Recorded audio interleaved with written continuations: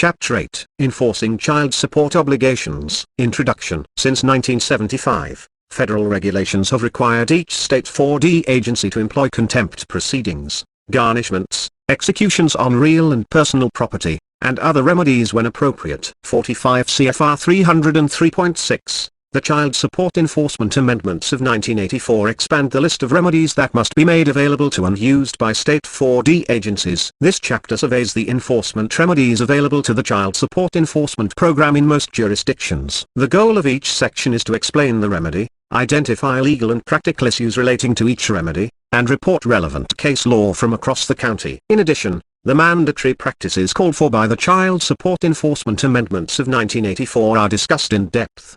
The remedies are not sequenced in order of importance or usefulness, except for the placement of income withholding at the outset of the chapter. In addition to income withholding, this chapter covers judgments, liens against real and personal property, levy and execution, garnishment, civil contempt, criminal non-support, interception of federal and state tax refunds, bonds and other forms of security, equitable remedies, reports to consumer reporting agencies, full collection services by the Internal Revenue Service, IRS, mandatory military allotments, and statutory examination of a judgment debtor. Income withholding. Child support obligations have been enforced with various forms of income withholding for as long as the United States has been in existence. Over the years, many states have used wage garnishments effectively. However, even where garnishment procedures are summary and wage exemptions are limited, the temporary nature of the garnishment remedy is unsatisfactory. In the 1970s, many states enacted statutes authorizing an employer to withhold a portion of an obligator's paycheck each pay period and send it to the court that entered the order or directly to the family. Early versions of these statutes merely recognized the validity of voluntary wage assignments,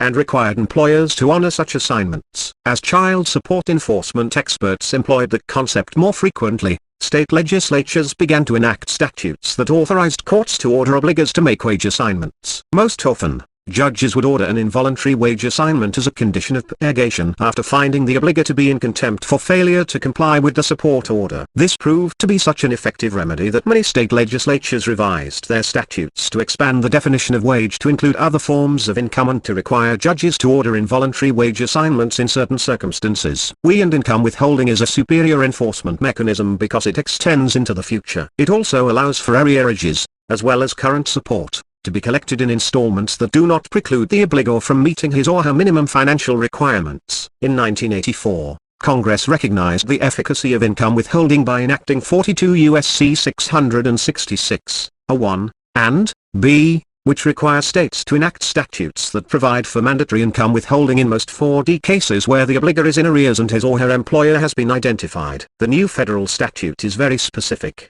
both substantively and procedurally, in order to assure that state legislatures enact income withholding provisions which are effective and efficient, and that fully protect the rights of all affected parties. The requirements are based on the collective experience of the states that have enacted and implemented large-scale income withholding provisions. The federal statute requires that, effective October 1, 1985, income withholding be the preferred remedy. After that date, all child support orders which are issued or modified in the state will include a provision for withholding from wages, in order to assure that withholding as a means of collecting child support is available if arrearages occur without necessity of filing application with the state child support enforcement agency. Clearly, this requirement applies to all support orders that are established in the state, regardless of the nature of the proceeding, that is, divorce, separate maintenance, paternity, adult abuse, uniform reciprocal enforcement of support act, etc., and regardless of who brings the action. This provision was intended to permit someone other than the 4D agency to initiate wage withholding,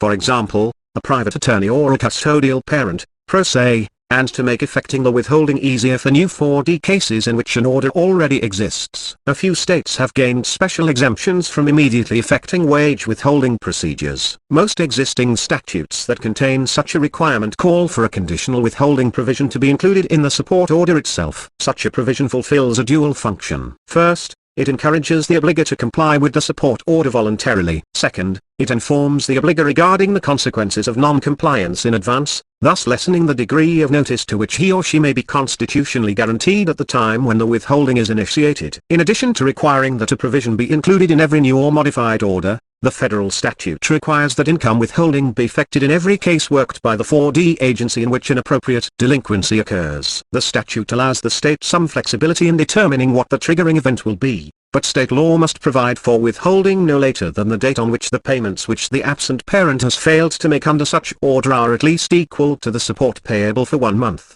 The absent parent may request that the withholding begin at an earlier date. The Act requires that the withholding occur without the need for any amendment to the support order involved or for any further action, other than those actions required under this part, by the court or other entity which issued such order. Actions required under this part refers only to providing notice, resolving contested cases, distributing collections, and terminating withholdings. This provision was apparently intended to remove all discretion from the court or agency administering the withholding procedure as to whether withholding should occur in a case, and to prevent state law from requiring a hearing in all cases. The federal statute allows state due process requirements to dictate the extent of the notice to be provided to the obligor after the triggering event occurs. It requires that notice be given on the triggering date. As a general rule, the absent parent will be entitled to an advance notice regarding the alleged delinquency and the withholding procedure. The notice, where required, must inform the absent parent of the amount of overdue support owed, of the amount that will be withheld, that the withholding applies to any current or subsequent period of employment, of the procedures available for contesting the withholding and that the only basis for contesting the withholding is a mistake of fact, of the period within which the absent parent must contact the state in order to contest the withholding and that failure to contact the state within the specified time limit will result in the state notifying the employer to begin withholding, of the actions the state will take if the absent parent contests the withholding, including the procedure to resolve such contests. The requirement of advance notice does not apply to states that had a withholding system in effect on August 16, 1984, providing for other, and presumably lesser, forms of notice. For instance, the wage withholding statutes in effect in Missouri and California registered on that date provide for notice to the employer, who is to notify the absent parent and continue to hold the portion of his or her wages until a hearing is held and a resolution is achieved. At the hearing, the only ground on which the absent parent may contest the withholding is mistake of fact. The Act does not define mistake of fact, but the report issued by the House Ways and Means Committee indicates that the drafters meant this to be a very restrictive concept. Such mistakes of fact would include, for example, errors in the amount of current support owed, errors in the amount of the arrearage that had accrued, or mistaken identity of the alleged obligor. This provision is not intended to waive the withholding requirement if the obligor paid the past due support after receiving notice that withholding was being implemented. The obligor could not contest the proposed withholding on other grounds such as the inappropriateness of the amount of support ordered to be paid, changed financial circumstances of the obligor, or lack of visitation. These issues are important, but non-payment of support should not be used to obtain relief with regard to these problems. They should be pursued independently through separate legal actions. Within 45 days of the date the advance notice is issued, the state must provide an absent parent who contests a wage withholding an opportunity to present his or her case to the state, determine if the withholding is valid, and notify the absent parent and employer, where appropriate. For states in which the administering agency is the court system, the hearing will no doubt be the type of judicial hearing normally provided to a judgment debtor who contests execution on the judgment, the scope of which will be limited to mistakes of fact. For states in which an executive agency administers the procedure, an administrative hearing will be given. The Act does not require a formal hearing. Indeed, given the limited scope of the hearing, many states may opt for a less formal hearing. If the results of the hearing allow the withholding to occur, the administering agency must notify the obligor of the decision and serve a withholding notice, or order, on the employer within 45 days of the advance notice. The Act limits the amount of information that may appear in the employer notice to such information as may be necessary for the employer to comply with the withholding order. The employer must be required to withhold so much of the parent's wages as is necessary to comply with the order and provide for the payment of any fee to the employer which may be required under paragraph 6A, up to the maximum amount permitted under Section 303(b) of the Consumer Credit Protection Act, 15 U.S.C. 1673(b). If there are arrearages to be collected, amounts withheld to satisfy such arrearages, when added to the amounts withheld to pay current support and provide for the fee, may not exceed the limit permitted under such Section 303(b). but the state need not withhold up to the maximum amount permitted under such section in order to satisfy arrearages. 42 U.S.C. 666, b. 1. The Federal Consumer Credit Protection Act, FCPA, determines the maximum part of an individual's aggregate disposable earnings that are subject to garnishment to enforce an order for the support of any person. These limits are 50% of disposable earnings for an absent parent who is the head of a household and 60% for an absent parent who is not supporting a second family. These percentages increase an additional 5%, to 55 and 65% respectively, where the arrearages represent support that fell due more than 12 weeks prior to the current pay period. 15 U.S.C. 1673b. The FPA defines garnishment as any legal or equitable procedure through which the earnings of any individual are required to be withheld for the payment of any debt. 15 U.S.C. 1672c. In addition, the FPA preempts less restrictive state laws. 15 U.S.C. 1677, thus, the federal requirement will apply even in a state that does not incorporate the FPA limitations into its wage withholding statute. Marshall v. Dist. Ct. 441b Judd. Dist. 444 F. Sup.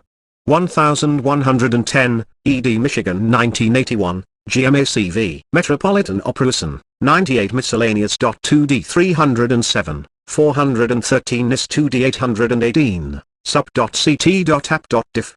1980, states are free to enact statutes which provide for greater protection of a debtor's disposable earnings. 15 U.S.C. 1677, Crane v. Crane, 417 F. Sup. 38, ed. Oklahoma 1976, Ferry v. Ferry, 271 NW 2d 450, Nebraska 1979, on receiving the notice, the employer must begin withholding the appropriate amount of the obligor's wages no later than the first pay period that occurs after 14 days following the date the notice was mailed.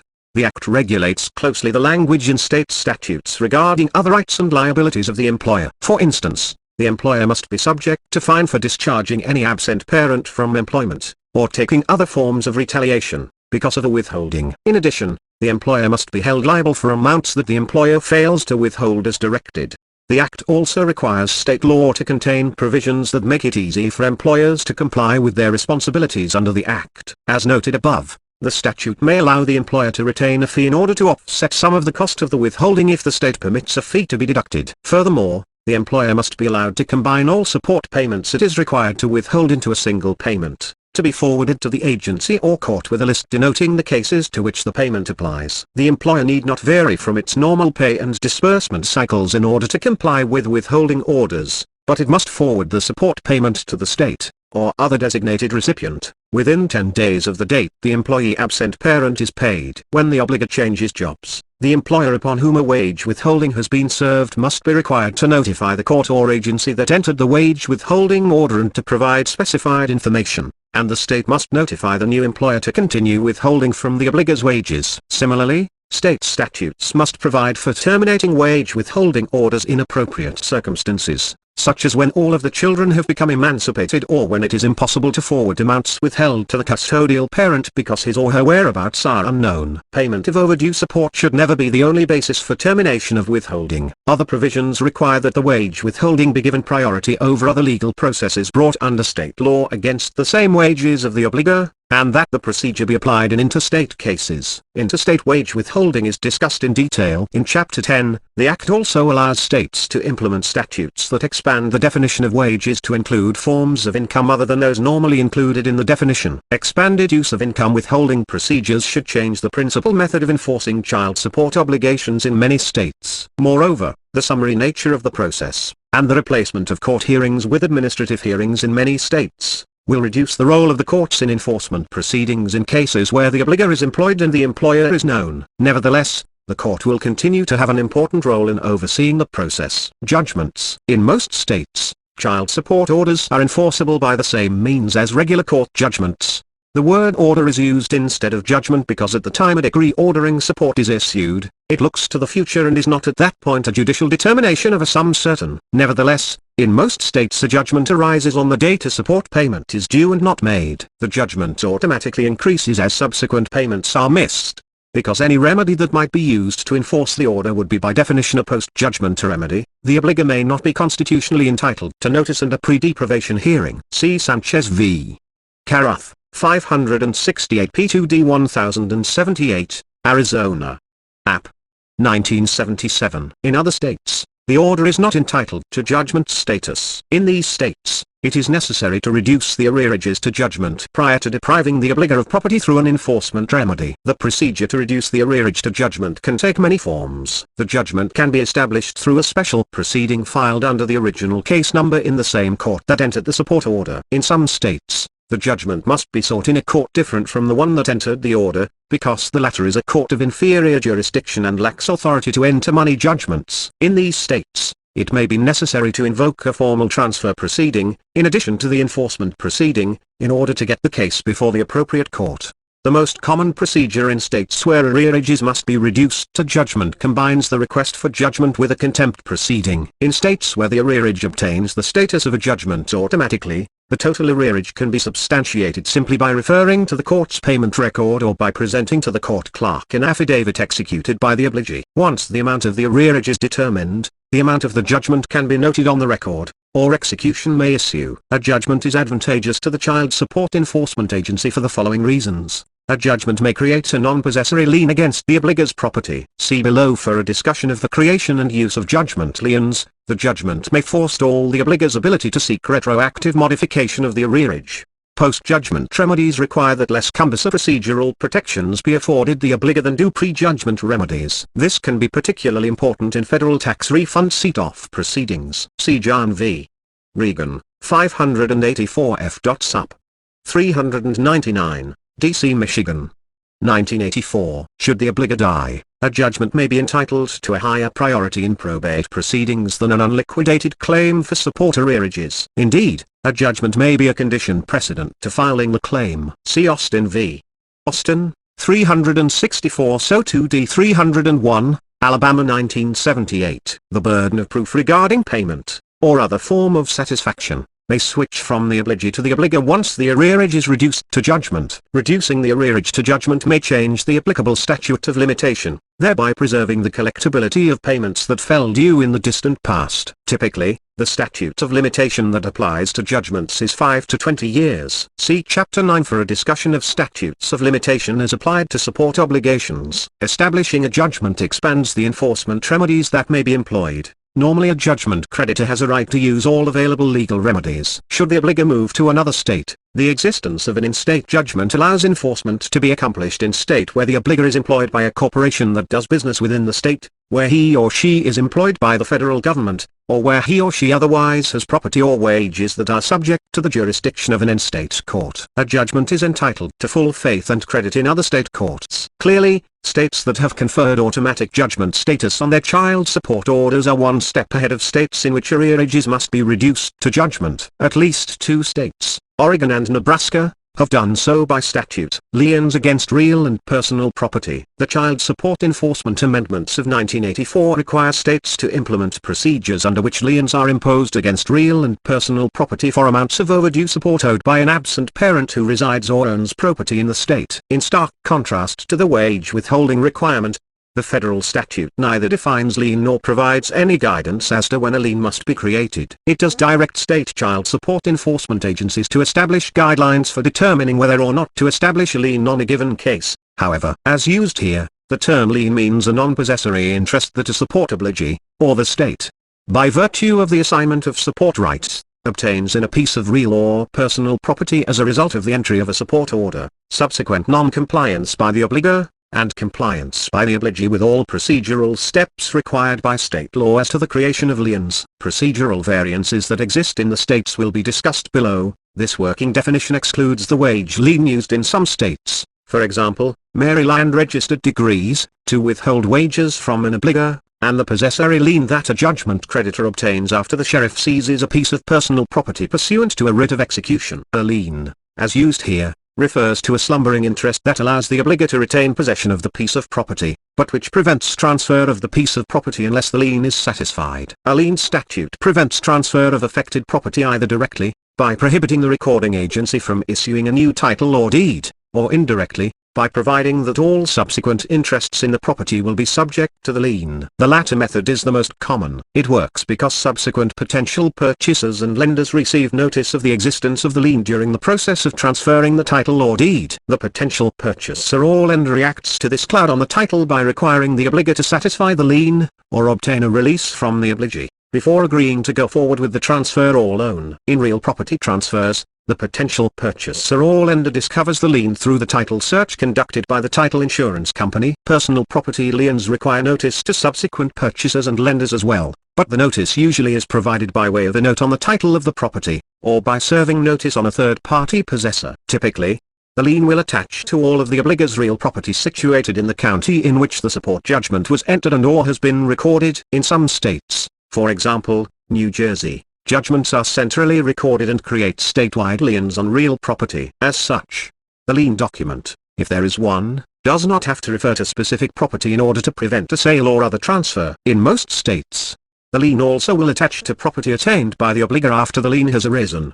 The lien will last for a number of years, depending on the statute, and generally may be revived for an indefinite number of additional periods, as long as the underlying judgment survives.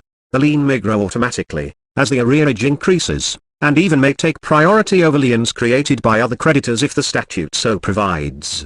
Procedures to perfect. Procedures for establishing liens vary among the states. In a few states, the lien arises automatically upon the entry of a support order and the first incidence of non-compliance by the obligor. Most states require the obligee to take some affirmative act to create the lien. This act may be as simple as recording a transcript of the support order or judgment in an appropriate office of public records, typically the recorder of deeds for real property and the title agency for personal property, or as complicated as filing an independent action to reduce the arrearage to judgment, obtaining a specific order from the court establishing the lien as to an identified piece of property, and directing the appropriate public official to note the existence of the lien on the title or deed. The most effective procedure adopts a middle ground. The obligee files a certified copy of the support order, and perhaps attaches an affidavit detailing the amount claimed to be due and owing as of the date of recording. This latter requirement may not be necessary where the support order is payable to the court or other public registry such that the amount of the lien at any point in time can be determined by reference to public records. In addition to these two documents,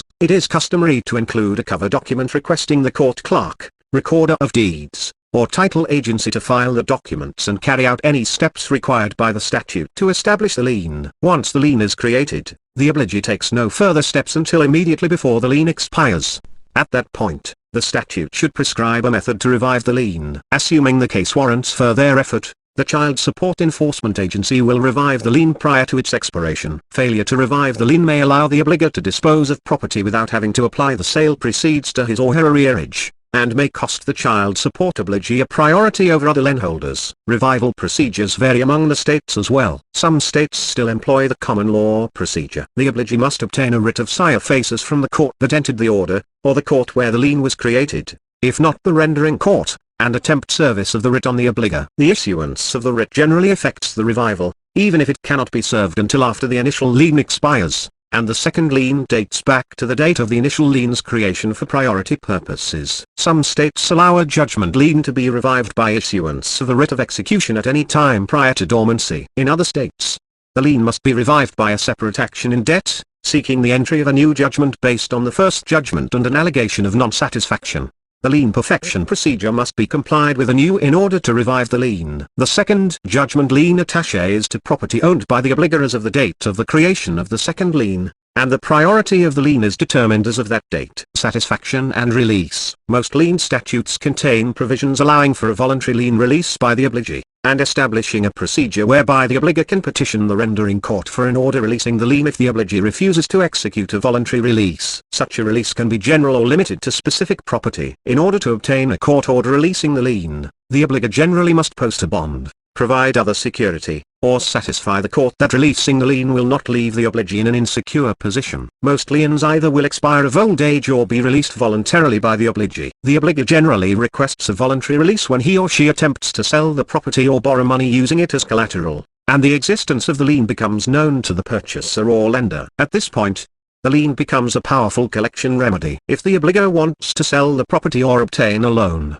he or she must obtain a voluntary release of lien as to the specific piece of property involved. There generally will be insufficient time and grounds to petition the court for an involuntary release. Clearly, the obligee has a great deal of leverage in such a situation, but the obligee should not prevent the transfer altogether. The sale or loan is likely to produce a pool of funds out of which a substantial payment on the support arrearage can be made. If the transfer is a sale, it is likely that the obligor has some equity in the property after prior lien holders, that is, mortgagees, are paid off, otherwise the sale price would not be acceptable to the obligor. If the transfer is a loan or second mortgage, sometimes a portion of the loan proceeds can be applied to the child support obligation, or other arrangements can be made that are acceptable to the obligee. Where the obligee is the custodial parent, non-Afdc cases, the Child Support Enforcement Agency will need to confer with the custodial parent in order to determine whether or not to release the lien based on the best terms available. Where the obligee is the state, AFDC cases, the agency will apply its own policy in responding to the absent parent's lien release request. Either way, the agency will probably not insist on recovering the entire arrearage in return for a voluntary release. The collection will occur only if the transfer occurs. Often, the agency will negotiate for the best immediate payment it can obtain, and attempt to secure payment of additional amounts by way of some other guarantee as a part of the release agreement. Once the agreement is reached, there is usually a third party involved in the transfer, that is, a real estate agent, who is willing to act as escrow agent to facilitate the exchange of the lien release for the payment. This allows the purchaser to pay off the lien, thereby diminishing any insecurities the purchaser might have regarding the validity of the title, instead of paying the obligor and trusting him or her to satisfy the lien. A lien release is a contract and, like any other contract, must be drafted carefully so as to embody the entire agreement entered into between the parties. Moreover, lien releases are often the product of negotiations that can be quite unique. Furthermore, the result of the negotiation process can have profound effects on subsequent purchasers of the obligor's property, and the obligor's children, should something go awry. Thus, it is crucial that forms be tailored to each case, and that a program attorney be involved heavily in the negotiation and drafting of each agreement and release. The legal description of the property must be transcribed carefully from the deed, and the statement of exactly what is being released must be drawn narrowly. A poorly drawn lien release could be construed as a satisfaction of the entire judgment, or a limitation of the obligee's right to use other remedies to enforce any arrears that might remain. In addition to executing lien releases, a judgment creditor occasionally is requested to enter a formal satisfaction of judgment with the court that entered the order. This may be particularly true in states where arrearages are entitled to automatic judgment status. A lien arises without the need of any affirmative act by the support obligee, and there is no central payment registry to act as an official record. A formal satisfaction is the only way a judgment debtor in such a situation can obtain a clear record. The obligee generally may enter the satisfaction by sworn affidavit or in person under oath. Levy and Execution. In this section, levy and execution refers to the statutory procedure that allows a judgment creditor to obtain a court order directing the sheriff,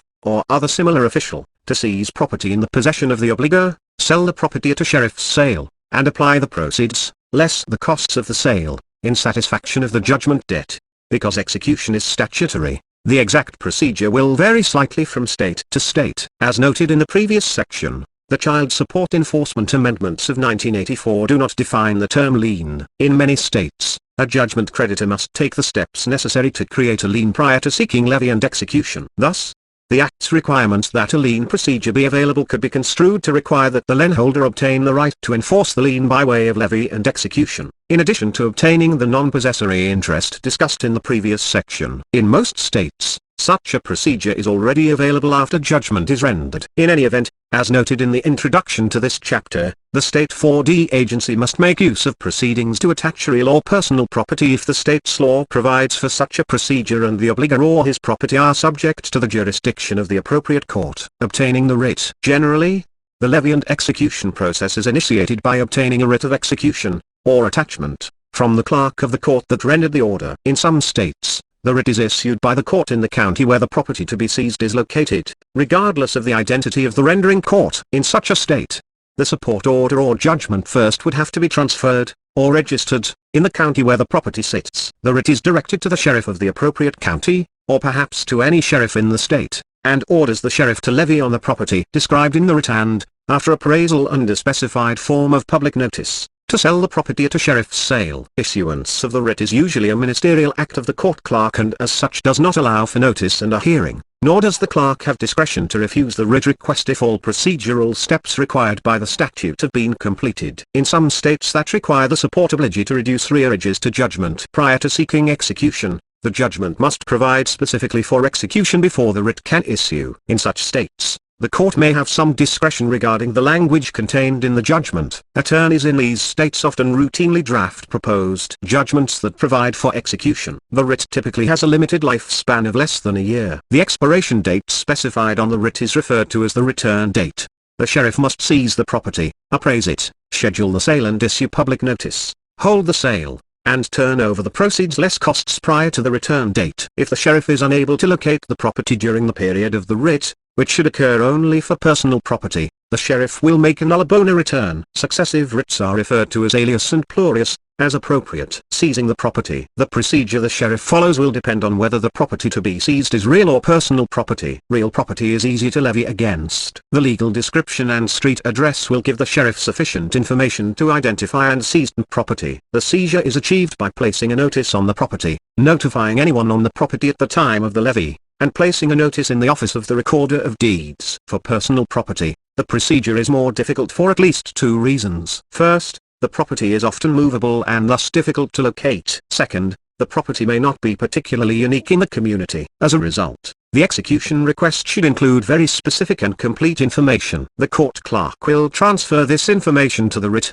enabling the sheriff to locate the piece of property. If the property is capable of being seized physically and taken away, the sheriff will do so. If not, the seizure will be accomplished by some other act that effectively removes the item from the obliger's possession and notifies third parties that the property has been seized. This may be achieved by placing a sheriff's seal on the item in a manner that makes it incapable of being removed. If the item is seized physically, it will be transported to a storage facility maintained or arranged for by the sheriff. Notice of exemptions. In most states, certain types of a judgment debtor's property are exempt from execution. The exemptions are established by statute, and generally protect tools of the obliger's trade, books, family heirlooms, and the like from execution. Many states also allow the judgment debtor a homestead and automobile exemption in limited amounts. By statute, court rule, case law, or practice, the sheriff often is responsible for notifying the debtor of his or her exemption rights. The notice usually is accomplished with a form notice of exemptions provided by the court clerks or the sheriff's office. Often,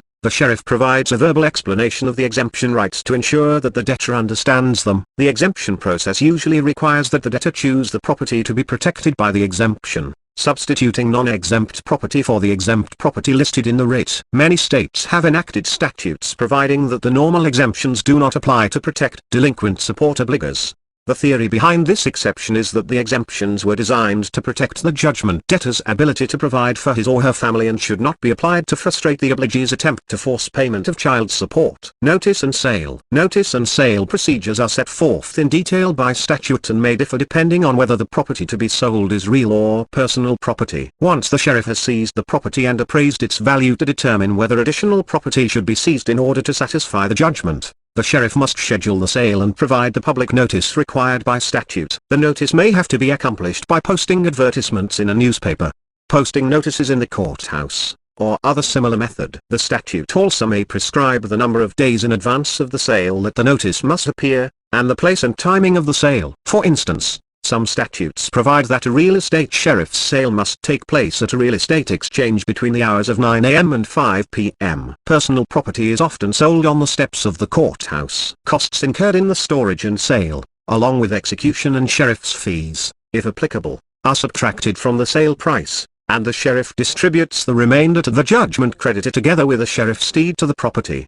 The purchaser takes the property subject to prior liens and encumbrances, and subject to any right granted the debtor by statute to redeem the property by submitting the sale price, costs, and fees to the sheriff within a specified period of time. When the redemption period expires, the sheriff's deed matures into a regular deed. Garnishment. Garnishment is a statutory procedure allowing a judgment creditor to seize a judgment debtor's property that is in the possession of a third person, and apply the property to the judgment debt. In the child support context, garnishment has been a very effective remedy in some states, and has been used to seize wages, bank accounts, workers' compensation benefits, pension benefits, and unemployment compensation benefits. It is generally a remedy with a limited time scope, usually days or months. Garnishment cannot be used in most states to collect current or future support. The amount of the garnishment is limited to the amount of arrears due on the date the writ issues. The future use of garnishments to reach wages will decrease markedly due to the withholding provision in the Child Support Enforcement Amendments of 1984. Nevertheless, child support enforcement agencies will continue to use this remedy to obtain other types of property. Procedure. The first step in the garnishment process is to compute the amount of outstanding arrearages, including interest, if permitted by statute. The custodial parent normally will prepare an affidavit to document the payments he or she has received from the obligor, especially with respect to any periods during which the order was not payable through the court or other official registry. A representative of the 4D agency often will prepare a second affidavit if payments were to have been made directly to the agency for any of the applicable period. Next, a writ of execution or garnishment must be issued by the court that entered the order. The writ should direct the sheriff in the county in which the garnishee is located to serve the writ. If the absent parent is a federal employee or in the military, the writ may be served by certified mail, pursuant to 5 CFR 581. The execution request form, and the writ itself, generally will contain blanks for identifying the source of the judgment, alleging the arrearage, and identifying the garnishee. In addition to the writ, the sheriff will serve a notice on the garnishee, informing him or her of the effect of the garnishment, and instructing him or her as to the applicable exemptions for child support garnishments. This notice vests the court's jurisdiction over the garnishee, so it is crucial that notice comply with all statutory requirements. Some states require that the obligor be notified as well. The final document to be served on the garnishee is the interrogatory form. Normally, there are 4 or 5 interrogatories. These are designed to be easy for the garnishee to complete and file with the court within the time limits set by statute. The interrogatories require the garnishee to disclose any property acquired by the obligor during the period in which the garnishment was in effect. The garnishee also may set up any defenses to the garnishment that the garnishee, or the obligor, may have. On the return date, the garnishee delivers the interrogatory answers to the sheriff or, more often, mails them to the court and the attorney for the obligee. The court clerk then may issue a pay-in order, directing the garnishee to pay the garnishment proceeds over to the sheriff. Often, the garnishee will pay the proceeds to the sheriff or court together with the interrogatory answers. Occasionally, the garnishee fails to answer the interrogatories or to withhold and deliver the obligor's property, or the obligee's attorney will suspect that the interrogatory answers are untrue. The garnishment statute usually will provide for a subsequent proceeding allowing the obligee to seek judgment against the garnishee for the value of the property that should have been withheld and paid over to the sheriff. In some states,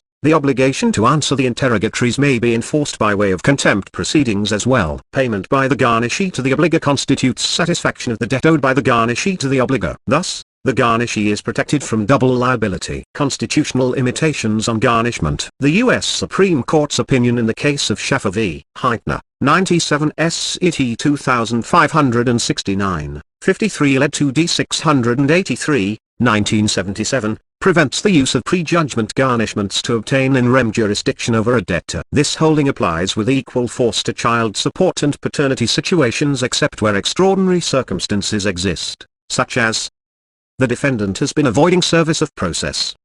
The defendant is about to remove his or her person or property out of the state.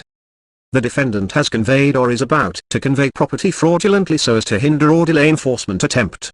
Where such extraordinary circumstances exist, it still may be possible for the 4D agency to initiate an action to establish a support obligation, or establish paternity, by seizing property of the debtor that is in the hands of a third party in the jurisdiction. Procedural hurdles may include an ex parte hearing to establish the existence of the extraordinary circumstances, to devise an appropriate form of service of process on the obligor, and to set the amount of the bond to be filed by the obligee. With respect to post-judgment garnishments, and wage withholding, the chief constitutional issues are, 1. The time, manner, and extent of notice to the absent parent and, 2.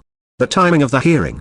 Due process, of course, is a variable concept depending on the individual requirements of each case. The various conflicting private and public interests affected by the state action must be analyzed and balanced, and the risk of erroneous deprivation of a protected interest must be evaluated, given the procedure under scrutiny. Matthews v. Aldridge, 424 U.S. 319, 96 S.It. 893, 47 led 2D18. 1976. The U.S. Supreme Court has dealt with the post-judgment seizure question on 2 occasions. In Endicott Johnson v. Encyclopedia Press, Incorporated 266 U.S. 285, 1924, and Griffin v. Griffin, 327 U.S. 220, 1946. The court addressed the issue of whether notice and hearing must be provided before post-judgment remedies may be applied. Endicott dealt with wage garnishment. Griffin involved an out-of-state support judgment and the procedure for obtaining a writ of execution in the second state. Although the two cases involved identical constitutional issues, the results were inconsistent. Endicott held that the judgment debtor is not entitled to pre-seizure notice and hearing, while Griffin held that notice and hearing are required. In Endicott, the court rejected the due process complaint, stating, "The established rules of our system of jurisprudence do not require that a defendant who has been granted an opportunity to be heard and has had his day in court, should, after a judgment has been rendered against him, have a further notice and hearing before supplemental proceedings are taken to reach his property in satisfaction of the judgment." Endicott has never been overruled, despite the existence of Griffin, and continues to provide authority for summary execution to satisfy judgment debts, as evidenced by numerous appellate decisions. Huggins v. Dienhard, 654 P2D 32, Arizona. App. 1982, Casa del Rey v. Hart, 643 P2D 900, Wash. 1982, Jedian v. Jedian, 630 P2D 579, Cullo. 1979, Hartford Elec Light Company v. Tucker, 438 A2D 828, Connecticut. 1981, Mitchell v. Mitchell, 611 P2D 373, Utah. 1980, Black v. Black, 377 A2D 1308, RI. 1977, Sanchez v. Carath, 568 P2D 1078, Arizona. App. 1977, in remarriage of Cruikshanks, 116 calories. RPTR. 10, Cal.app. 1974, Bittner v. Butts, 514 SW2D 566, Mo. 1974, Halpin v. Austin, 385 F.Sup. 1009, N.D. George. 1974, Langford v. Tennessee, 356 F.Sup. 1163, W.D. Tennessee. 1973, Moore v. DeBarker, 286 F.Sup.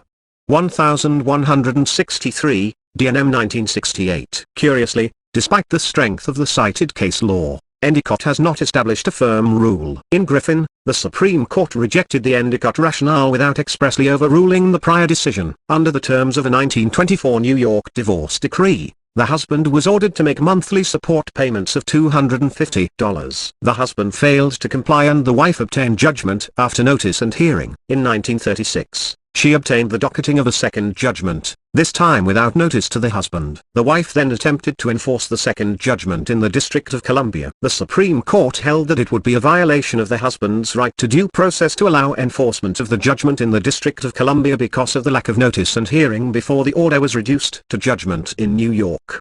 The husband was prevented thereby from raising any defenses he might have possessed, which included filing a motion for retroactive modification or proving payment or satisfaction. The court concluded that additional due process was required because enforcement proceedings affected his rights in ways in which the 1926 decree did not. 327 U.S. 229. Another trend is important. Beginning in 1969, the Supreme Court struck down a number of pre-judgment garnishment statutes that did not provide for pre-seizure notice and hearing. See Sneadash v. Family Finance Corporation, 395 U.S. 337, 89 S.E.T. 1820, 23 Led 2D 349, 1969, Fuentes v. Chevin, 407 U.S. 67, 92 S.E.T. 1983, 32 Led 2D 556, 1972, Mitchell v. W.T. Grant, 416 U.S. 600, 94 S.E.T. 1895, 40 Led 2D 406, 1974, North Georgia. Finishing, Incorporated v. Dechem, Incorporated, 419 U.S. 601, 95 S.E.T. 719, 42 Led 2D 751, 1975. These cases, combined with Griffin, recently have produced a number of decisions striking down post-judgment garnishments and executions where the procedure used did not provide for pre-seizure notice and hearing. See Deary v. Guardian Loan Co., 534 F. Sup. 1178, SDNY 1982, Finberg v. Sullivan, 634 F2D 50, C.A.3 1980, Betts v. Tom, 431 F. Sup. 1369, D. Hawaii 1977, Brown v. Liberty Loan Corporation, 392 F. Sup. 1023, M.D. Flat. 1974. These decisions typically have referred to Griffin and Matthews v. Aldridge, Supra, and have noted the proliferation of exemption rights that have been established in recent years to insulate debtors' property from execution. The decisions have held that pre-seizure notice and hearing are necessary to lessen the risk that a judgment debtor will be unable to assert his or her exemption rights. It is virtually impossible to reconcile these two lines of case law, and it is doubtful that such a reconciliation will come from the Supreme Court in the near future. At least 4 times since 1969, the Supreme Court has refused to overrule Endicott. See in Remarriage of Cruikshanks, Supra, Mova v. DeBarker, Supra, Hannon v. DeMarcus, 390 U.S. 736, 1968, Elkin v. Elkin, U.S. 1985. The issue of when the judgment debtor must be provided a hearing is similarly unsettled. Even in pre-judgment cases, the Supreme Court has indicated that a pre-deprivation hearing may not be necessary as long as safeguards are built into the process to ensure that the creditor's claim is valid, and that an immediate post-seizure hearing be provided for. Mitchell, Supra, p. 615-616, Nickem, Supra, p. 722-723, such safeguards generally are built into post-judgment garnishment processes as applied to child support enforcement, in that a hearing was held at the time the order was established. The payments are paid through the court or other public registry. A post-seizure hearing is available while the garnishee is still in possession of the obligor's property. Garnishing wages. In child support enforcement, the mandatory wage withholding procedure will replace wage garnishment in all but a few circumstances. Garnishment may continue to be useful when the family is no longer receiving child support enforcement services and an arrearage is due and owing to the state. The state's garnishment procedure is quick and easy. The garnishment could be used to collect support while the notice and hearing procedure of the wage withholding statute is being complied with. In addition, much of the statutory and case law regarding wage garnishment will continue to apply in serving and enforcing income withholding orders under the new procedure. This discussion will focus on 2 such topics. 1. The percentage of the obligor's disposable earnings that is subject to garnishment, and 2. The person who is authorized to accept service of a wage garnishment on behalf of an employer.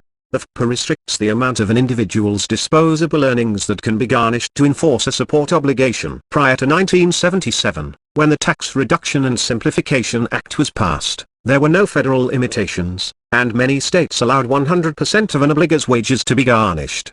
15 U.S.C. 1673b now provides that the maximum amount of an individual's disposable earnings that may be garnished for support is as follows: 50% if the individual is supporting his or her spouse, or a dependent child. 60% if the individual is not supporting any such additional persons. These percentages increase to 55 and 65%, respectively, if the garnishment is issued to collect support payments that fell due more than 12 weeks earlier. The FPA does not preempt the law of garnishment entirely. These percentages represent the maximum that state law may allow to be garnished. Where state and federal law conflict, the law that provides the debtor with the greatest protection applies. In addition to the percentage limitations, the FPA prohibits an employer from discharging an employee whose wages have been garnished for only one indebtedness. An annotation of federal and state case law construing the FPA appears at 14 ALR Fed 447. Garnishing out of state wages. It is often possible to garnish wages earned outside the state in which the children reside, as long as an order exists in that state, or can be registered in that state. The court that entered the order had personal jurisdiction over the absent parent and subject matter jurisdiction over the cause of action that produced the order, and the court has jurisdiction over the employer. It is well settled that a foreign corporation authorized to do business in a state and subject to process therein may be garnished on a debt owing to a non-resident of the state. Champion and Turn. Corp. v. Arrearages, 587 F. Sup. 1274, D. Connecticut 1984, quoting Mechanics Finance Company v. Austin, 8 NJ 577, 86 A2D 417, 1952, Garrett v. Garrett, 30 Cullo, App. 167, 490 P2D 313, 1971, Little v. Little, 34N.J. Super. 111, 111 A2D 517, 1954, Burl v. Burl, 48 Del.Go. 387, 24 Pascals.D. and C. 412, par.super.ct. 1961, but Seymour v. Tong, 45 NE2D 1221, Mass. 1983, in the Arrearage case, the U.S. District Court for Connecticut specifically rejected the absent parent's argument that the enforcing court must have physical power, jurisdiction, over the administrative branch of the corporation that will be responsible for carrying out the terms of the garnishment order. The court held that a corporation is a single person and rejected the absent parent's argument on public policy grounds. Service of process. Typically, garnishment statutes require personal service on individuals and partnerships and, with respect to corporate garnishes, as follows. Notice of garnishment shall be served on a corporation, in writing, by delivering such notice, or a copy thereof, to the President, Secretary, Treasurer, Cashier or other chief or managing officer of such corporation, provided, such notice may be served on a railroad corporation by delivering the same, or a copy thereof, to any station or freight agent of such corporation, and on insurance companies not incorporated by or organized under the laws of this state, by delivering the same, or a copy thereof, to the Superintendent of the Insurance Department. Section 525.030 Rsmo 1978. In addition, many state statutes governing corporations include a provision which requires all corporations doing business within the state to appoint a registered agent to accept service of process on behalf of the corporation. A registry of such agents, and corporate officers, is maintained by the state agency that maintains the records required by the corporation's statute, usually the Secretary of State. Again, because garnishment is a creature of statute, strict compliance with all statutory requirements is essential. Anything short of full compliance will fail to confer upon the court the necessary jurisdiction over the garnishee. 6am.j.2d, Attachment and Garnishment, Seconds 339. There is much case law regarding the definition of general or managing agent for purposes of accepting process on behalf of a corporation. Missouri courts have construed the above statute to define valid service as service on an officer or a duly constituted executive officer whose authority and powers are such that he is regularly in control of the operations and business of the corporation. Smith v. Bennett, 472 SW2D 623, Mo.App.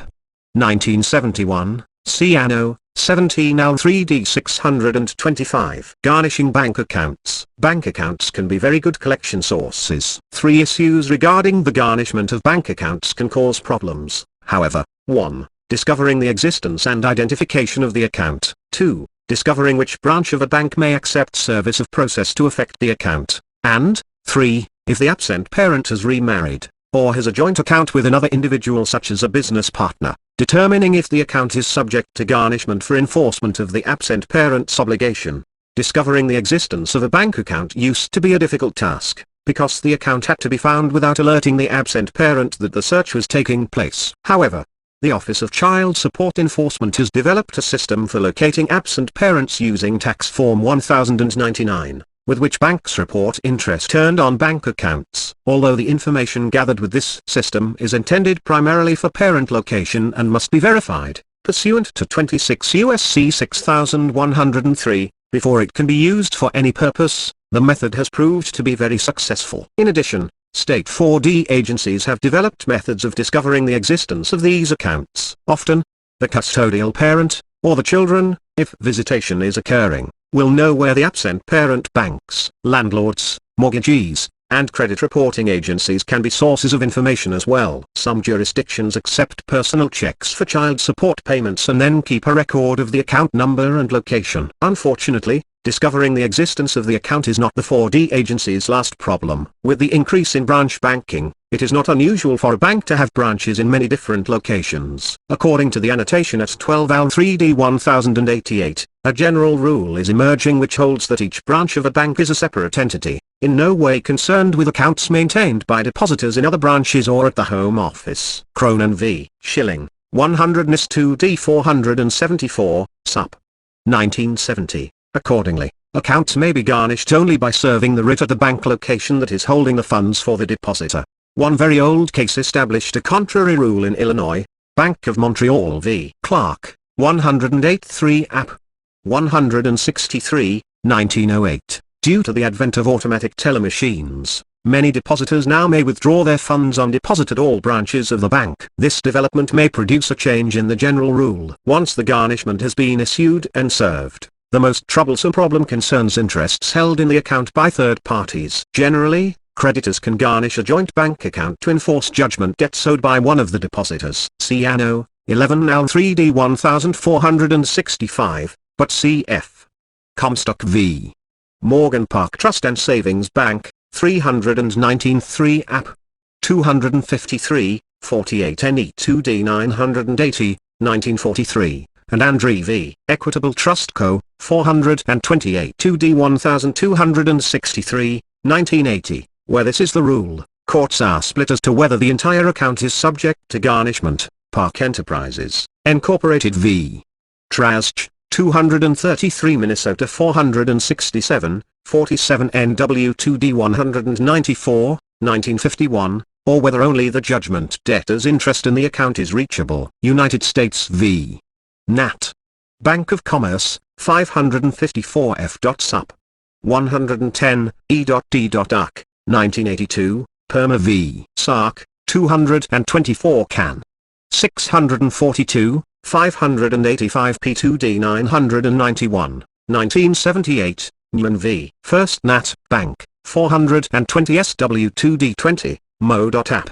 1968, Beehive State Bank v. Rosquist, 21 Utah 2D 17, 439 P2D 468, Utah 1968, in states that recognize the concept of tenancy by the entireties. Many courts have concluded that when a debtor opens an account with his spouse, in child support situations, the second wife, the entire account is protected from garnishment, except for collection of joint debts. Garnishment against federal employees. Pursuant to 42 U.S.C. 659, monies due from or payable by the United States as remuneration for employment to any individual, including members of the armed services, is subject to garnishment in like manner and to the same extent as if the United States were a private person. This waiver of sovereign immunity is limited to garnishments that enforce an obligor, employee's legal obligation to provide child support or make alimony payments. Sections 661 and 662 of 42 U.S.C. deal with service of process and further definitions. Federal garnishment is available whether or not the children are receiving AFDC benefits. See Anno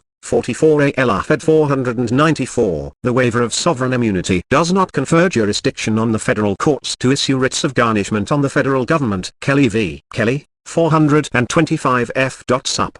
181, W.D. La.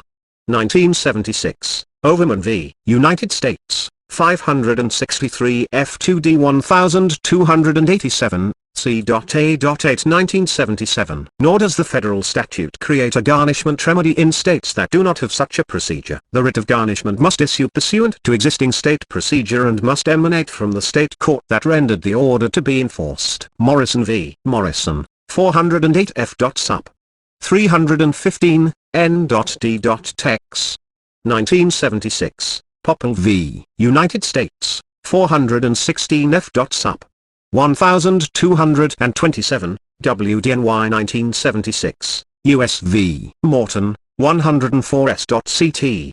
2769, 1984. Service of the writ is accomplished pursuant to 42 U.S.C. 659, as follows. Service of legal process brought for the enforcement of an individual's obligation to provide child support or make alimony payments shall be accomplished by certified or registered mail, return receipt requested, or by personal service, upon the appropriate agent designated for receipt of such service of process pursuant to regulations promulgated pursuant to Section 416, or, if no agent has been designated for the governmental entity having payment responsibility for the monies involved, then upon the head of such governmental entity. Such process shall be accompanied by sufficient data to permit prompt identification of the individual and the monies involved. 42 U.S.C. 659. The Office of Personnel Management has published regulations at 5 CFR 581 pertaining to garnishment. including a listing of agents designated to accept legal process. 5 CFR 581, App.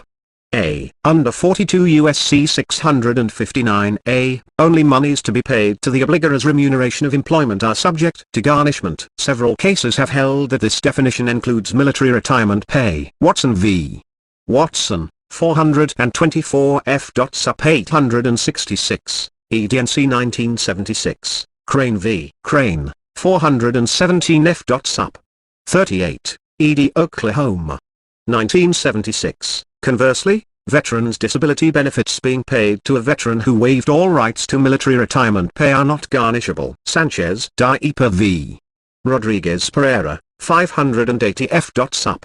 735, D.C. Puerto Rico 1984. Attorneys' fees may be included in the garnishment to the extent that they are entitled to judgment status in the rendering state. Garrett v. Hoffman, 441 F. Sup. 1151, ed. Par. 1977, Murray v. Murray, 558 F2D 1340, C.A.8mo. 1977, 42 U.S.C. 662. Garnishing workers' compensation benefits. Workers' compensation statutes mandate that a form of insurance be provided to each worker involved in a covered activity, to compensate the worker for the financial cost of injuries sustained on the job. To this end, virtually all workers' compensation statutes protect personal injury awards by exempting them from seizure by workers' creditors. These exemptions have been construed liberally by the courts as applied to the claims of general creditors. 31 Al 3D 532, 535. However, the courts have been willing to limit the exemptions application to child support, alimony, and governmental claims. Recent cases have held that workers' compensation awards may be garnished to enforce child support orders. These decisions have noted that a child support obligation is not a debt as the term was used in the exemption statute, and that allowing the garnishment would be consistent with the legislature's intent in enacting the exemption to allow the injured worker to support his dependents in addition to himself. D'Alessandro v. D'Alessandro, 110 Miscellaneous 2D 342, 442 NIS 2D 400, 1981, American Mutual Life Insurance Company v. Hicks, 159 GA.App. 214, 283 SC 2D 18, 1981, Stella v. Stella, 97 NJ Super 493, 235 A 2D 476, 1967, Petrie v. Petrie, 41 Michigan.App. 80. 199 NW2D 673, 1981. There is contrary authority as well, including Satterfield v. Satterfield, 292 or 780, 643 P2D 336, 1981, and Bruce v. Bruce, 100 Ohio App. 121, 130 NE2D 433, 1955. Once the exemption problem is overcome, the 4D agency must determine whom to serve with the garnishment and when to serve it. Generally, the workers' compensation insurance will be underwritten by an out-of-state insurance company, the identity of which can be obtained through the worker's employer. Insurance companies generally may be served through their registered agent, as defined above, or through a state official, such as the director of the insurance regulatory agency. In some situations, it also may be possible to serve the worker's attorney with a garnishment. 35 Al 3D 1094. Determining when to serve the garnishment can be a difficult decision, at least in states where garnishments are effective for short time periods. If the claim has yet to be settled and state law allows for consecutive garnishments, the 4D agency may opt to issue garnishments as often as necessary to achieve an unbroken chain of weeks or months. In some states, such as Kansas, garnishment is effective only as to debts owed by the garnishee to the judgment debtor at the moment in time the garnishment is served. In these states, it might be more effective for the 4D agency to use a wage withholding statute, assuming the definition of wages is broad enough to encompass workers' compensation benefits, or to seek an equitable lien by asking the court to invoke its equity power to assist in enforcement of the order. Civil contempt. A court has inherent authority to punish individuals for violating its valid judgments or decrees, and that authority has been recognized since the dawn of judicial antiquity. Zeitinger v. Mitchell, 244 SW2D 91, Mo.App. 1951. Any act or omission that embarrasses the court, lessens its authority or dignity, or obstructs the administration of justice constitutes contempt. Contempt is classified as either civil or criminal. No clear line distinguishes civil from criminal contempt. However, civil contempt differs from criminal contempt in both purpose and procedure. If the purpose and character of the penalty imposed by the court is remedial and for the benefit of a private party to the action, the contempt is classified as civil. However, if the purpose of the penalty is to vindicate the authority of the court, the contempt is classified as criminal. See Gompers v. Buck-Stoveco, 211 U.S. 324, 1911, in Re Grand Jury Investigation, 600 F2D 420, 3D Sir. 1979, Commonwealth v. Feek, 439 A2D 774, Supra. 1982, United States v. North, 621 F2D 1255, 3D Sir. 1980, in Re Timmons, 607 F2D 120, 5th Sir. 1979, this section discusses civil contempt, including the following subtopics: procedure, notice and hearing requirements of due process, the indigent contemner's possible right to representation by counsel at state expense, elements of contempt, burden of proof and purgation requirements, and commitment procedure. The following section treats criminal contempt. In most jurisdictions, the contempt process is initiated by filing a motion for order to show cause as a supplementary proceeding in the cause of action that produced the underlying support order. The motion is heard and ruled on by the court ex parte. In virtually all jurisdictions, the judge grants the motion and issues the order to show cause without even an informal hearing. Most courts require the motion to be supported by an affidavit from the payee or a certified copy of the clerk's payment record if the order is payable through the court for the period in question. After the judge reviews and signs the order to show cause, it is processed by the court clerk's office. The clerk will check the court calendar for an available date, prepare an appropriate summons to accompany the order, and forward the two documents to the appropriate sheriff's or other process servers, office for service on the absent parent. In the case of In re Oliver, 333 U.S. 257, 275, 68 S.E.T. 499, 92 Led 2D 682, 1948, the U.S. Supreme Court held that due process requires that an individual charged with contempt of court be advised of the charges against him, have a reasonable opportunity to meet them by way of defense or explanation, have the right to be represented by counsel, and have a chance to testify and call other witnesses in his behalf. The obligor generally must have actual notice of the date and time of the hearing on the order to show cause. If it can be established that the obligor is avoiding service of process, it is sometimes possible to serve the obligor's attorney of record, assuming the attorney-client relationship is intact, or to serve an adult at the obligor's residence. See in re Morley, 11 Calories.app.3D 819, 839, 1970. In order to direct such service, it may be necessary for the 4D agency to file an accompanying motion asking the court for permission prior to issuance of the summons. If the obligor appears at the hearing in response to the summons, actual notice will have been given and the issue will not have to be addressed. If he or she does not show up, it may be possible to justify the substituted service to the court as a step in obtaining a bench warrant. In addition to the issue of getting the summons and order served on the obligor, there is an important issue surrounding the quality of the notice. The allegation contained in the motion for order to show cause and the language transferred to the order itself must be specific enough to allow the obligor to prepare a defense at the show cause hearing. The specificity that will be required will vary from state to state, and even from case to case. Generally, the 4D agency should allege the specific provisions of the support order, and set forth the obligor's payment record during the applicable period. Serving a copy of the motion for order to show cause with the supporting affidavit or court record is one possible way to meet this requirement. Bench warrants. In most states, a bench warrant may be issued directing the sheriff to arrest an obligor who is served with an order to show cause but who fails to appear at the hearing. See cal.sif.proc.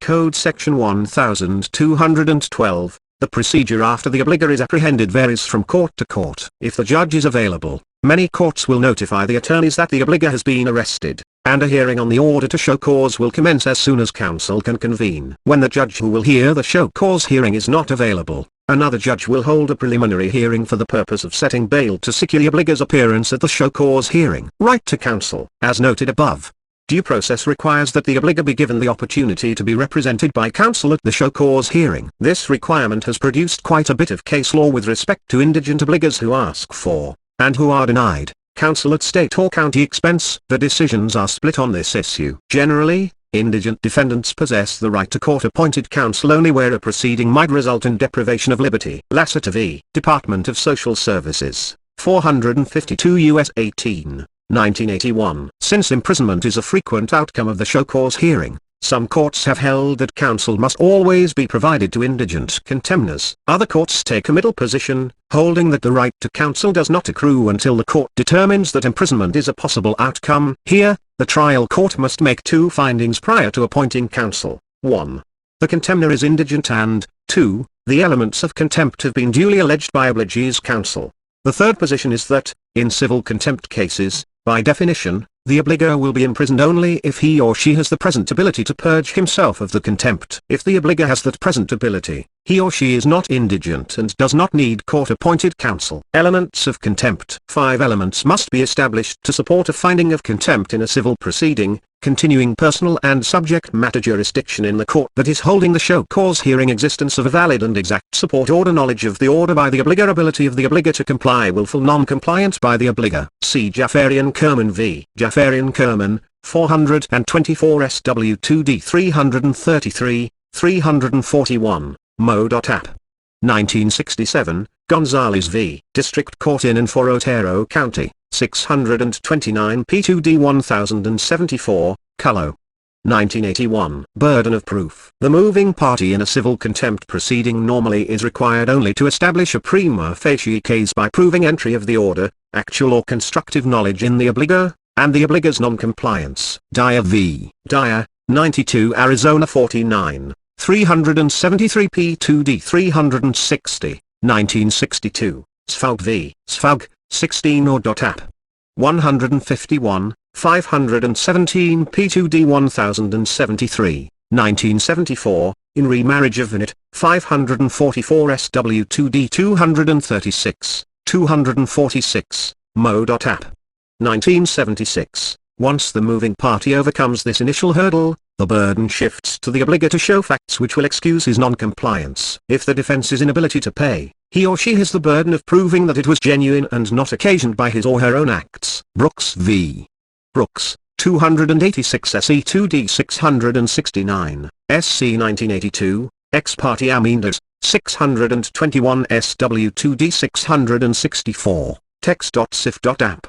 1981, Hess v. Hess, 87 1.1.app.3D 947, 409 NE 2D 497, 1980, Blair v. Blair, 600 SW 2D 143, Mo.App.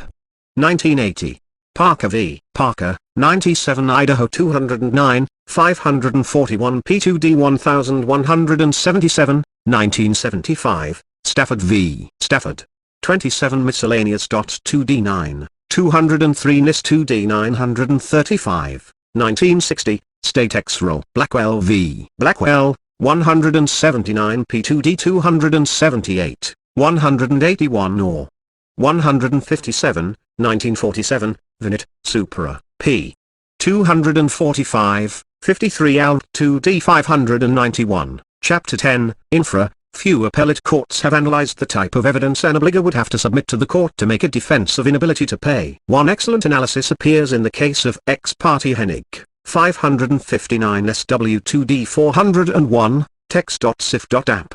1977, as follows. In order to establish the inability to pay, the relator must show not only that he lacks the financial resources to pay the delinquency, but also that he knows of no other source from which the sum might be obtained. This ultimate fact can be established by proof of the following.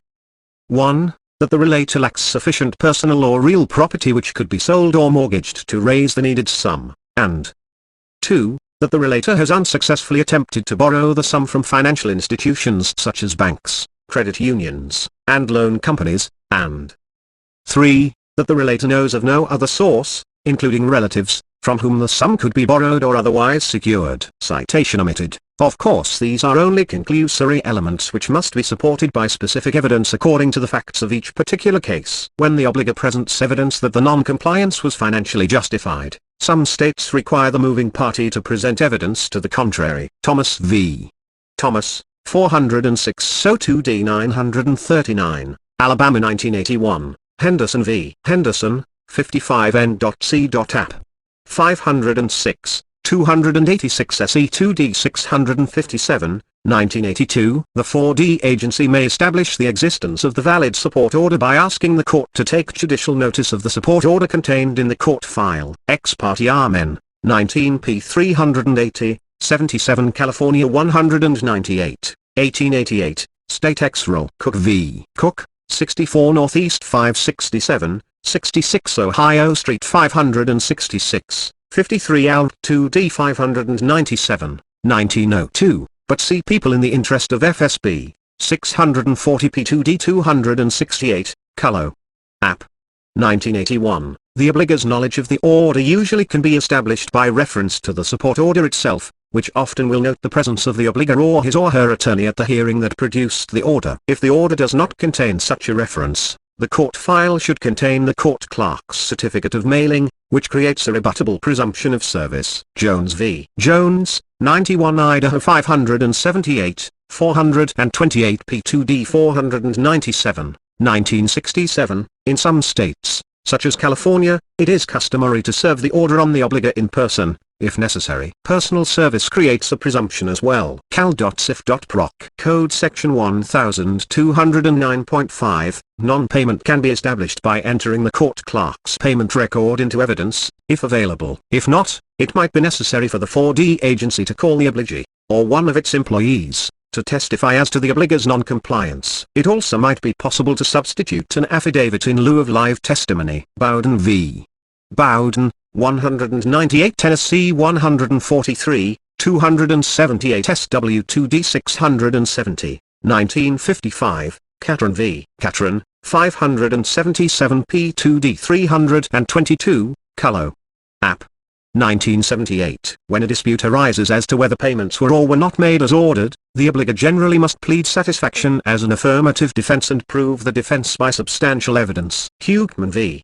Hukeman, 557 P2D 427, Oklahoma. 1976. Carleskint v. Carleskint, 575 SW2D 845, Mo.App. 1978. State Ex Rel. Fry v. Fry, 559 P2D 1293, 28 or.App.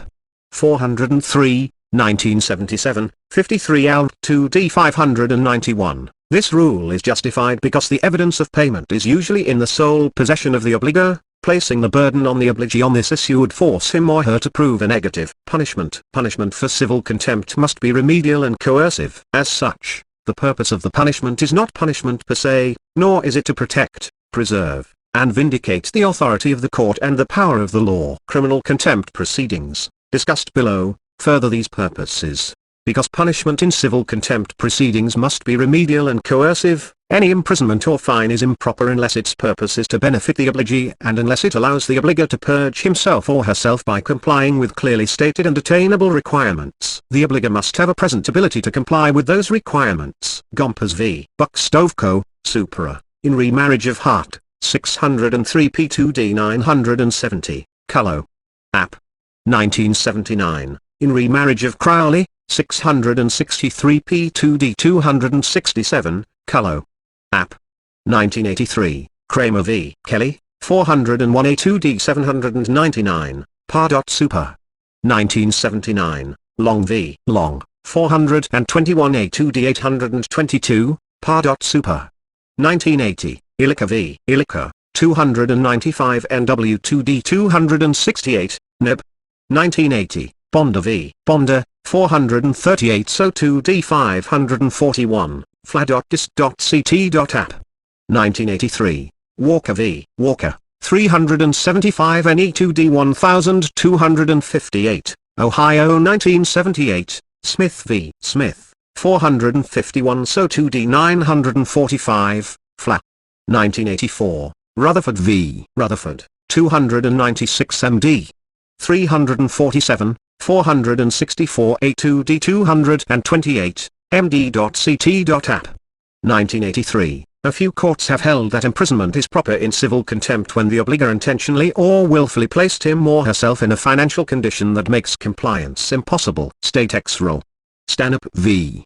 Pratt, 536 SW2D 567, 575, Mo. 1976, Ziegler v. Butler, 410 SO2D 93, Alabama.sif.app.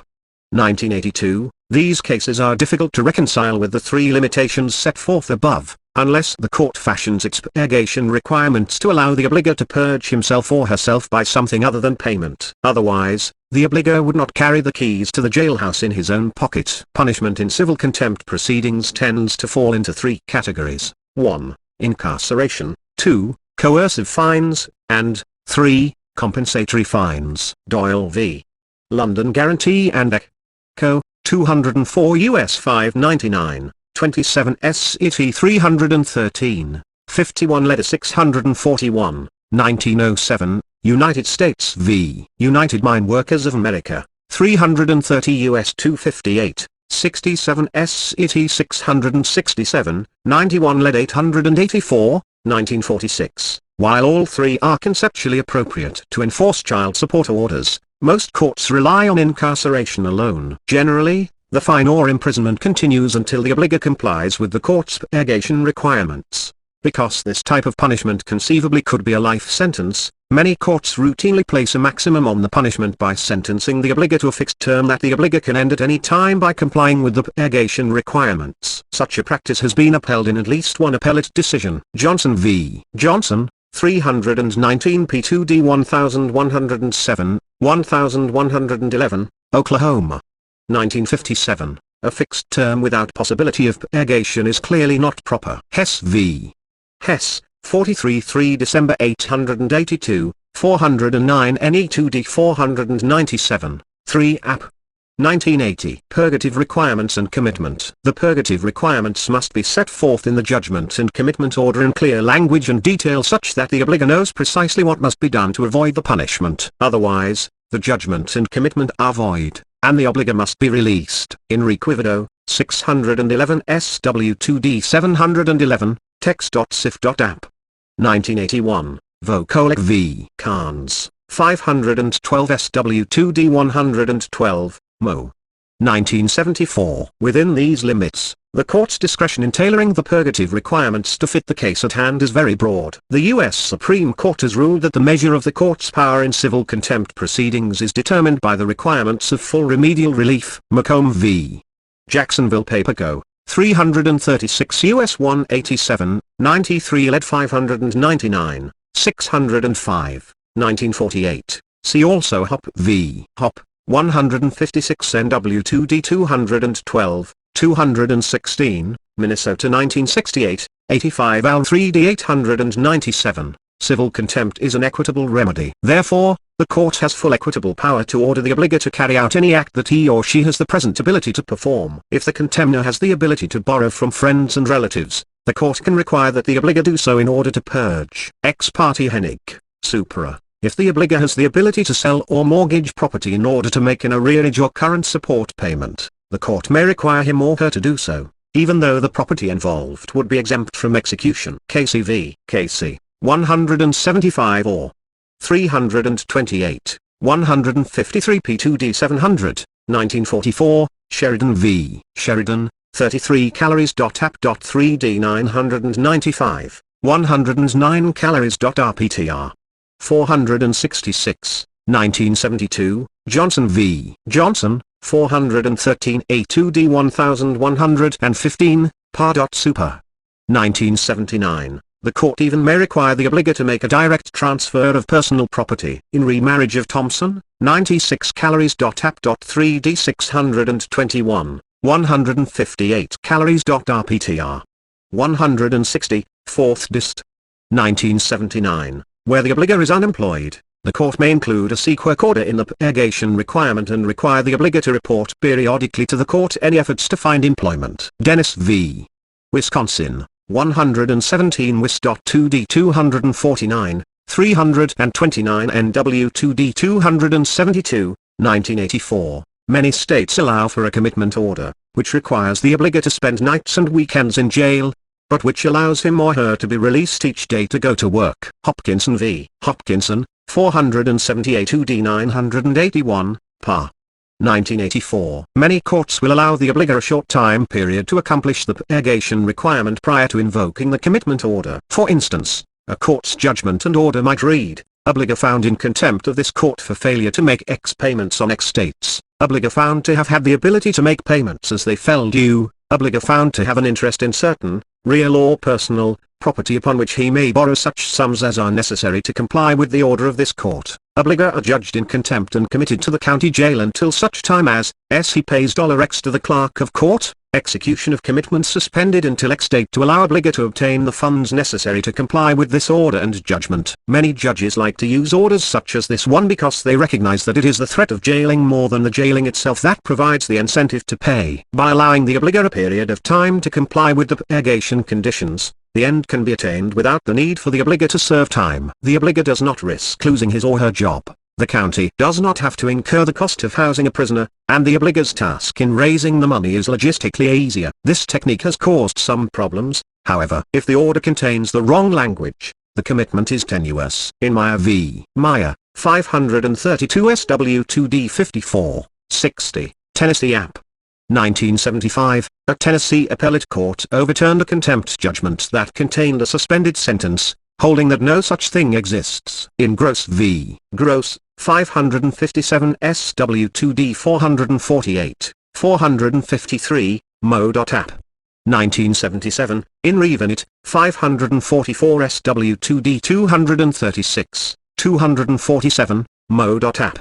1976. Missouri appellate courts held that probation and civil contempt are conceptually incompatible, and any contempt judgment providing for imprisonment and probation conditioned on compliance is void. Another problem with delayed enforcement is procedural. When the date set in the contempt judgment passes prior to execution of the commitment order by the sheriff, the obligor may have a right to another hearing on the issue of whether he or she has complied with the purgation requirements. Green v. District Court of Polk County, 342 NW2D 818. 1983. If this is true, then the initial hearing on the show cause order is essentially useless. Civil contempt is an effective remedy only where the obligor can be brought before the judge immediately after a payment is missed, and only if the judge is willing to back up the support order with jailing or fine. If caseload pressures keep non-complying obligors out of court, or if the judge is unwilling to incarcerate obligors who are able to pay but do not, then contempt proceedings can actually be counterproductive. The same is true for specific cases where the obligor is destitute and an appropriate equitable remedy does not present itself. Unless the court can impose a sanction, the obligor's experience in the contempt process merely teaches him or her that the court spark is worse than its spite. Criminal contempt. A few states use criminal contempt to enforce child support obligations. The use of criminal over civil contempt can be imposed by statute. For example, Cal.Cif.Proc. Sections 1209, 1209.5, or the practice can evolve naturally. Criminal contempt protects, preserves, and vindicates the authority of the courts as society's final arbiter of disputes. Tiffy v. Tiffy, 533 SW2D 563, 566, Mo. Bank 1976, Kramer v. Kelly, Supra. Crowley v. Crowley, 663 P2D 267, Cullo. App. 1983. Gibson v. Gibson, 15 calories.app. 943, 948, 1971. The distinction is crucial. While the same act might give rise to both civil and criminal contempt charges, each confers distinct procedural rights. A strictly penal sanction may be imposed only where the defendant is provided the essential procedural protections required by due process. Kramer, Supra, Murray v. Murray, 587 P2D 1220, Hawaii, 1978, Sword v. Sword, 59 Michigan. App.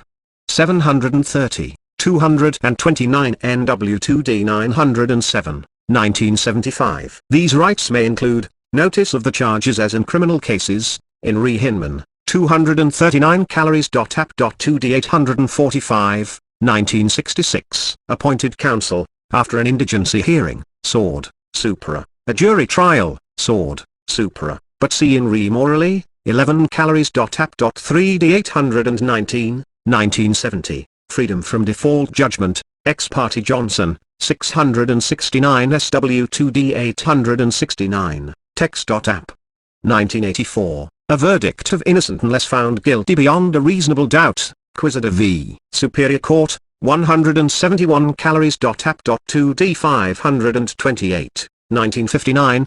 Protection from self-incrimination, ex parte Gould, 990 .360, 1983. Oliver v. Superior Court, 197 App.2d 197, 1961. Sword, Supra.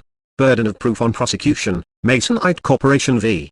International Woodworkers of America, 206 2d 171, Miss.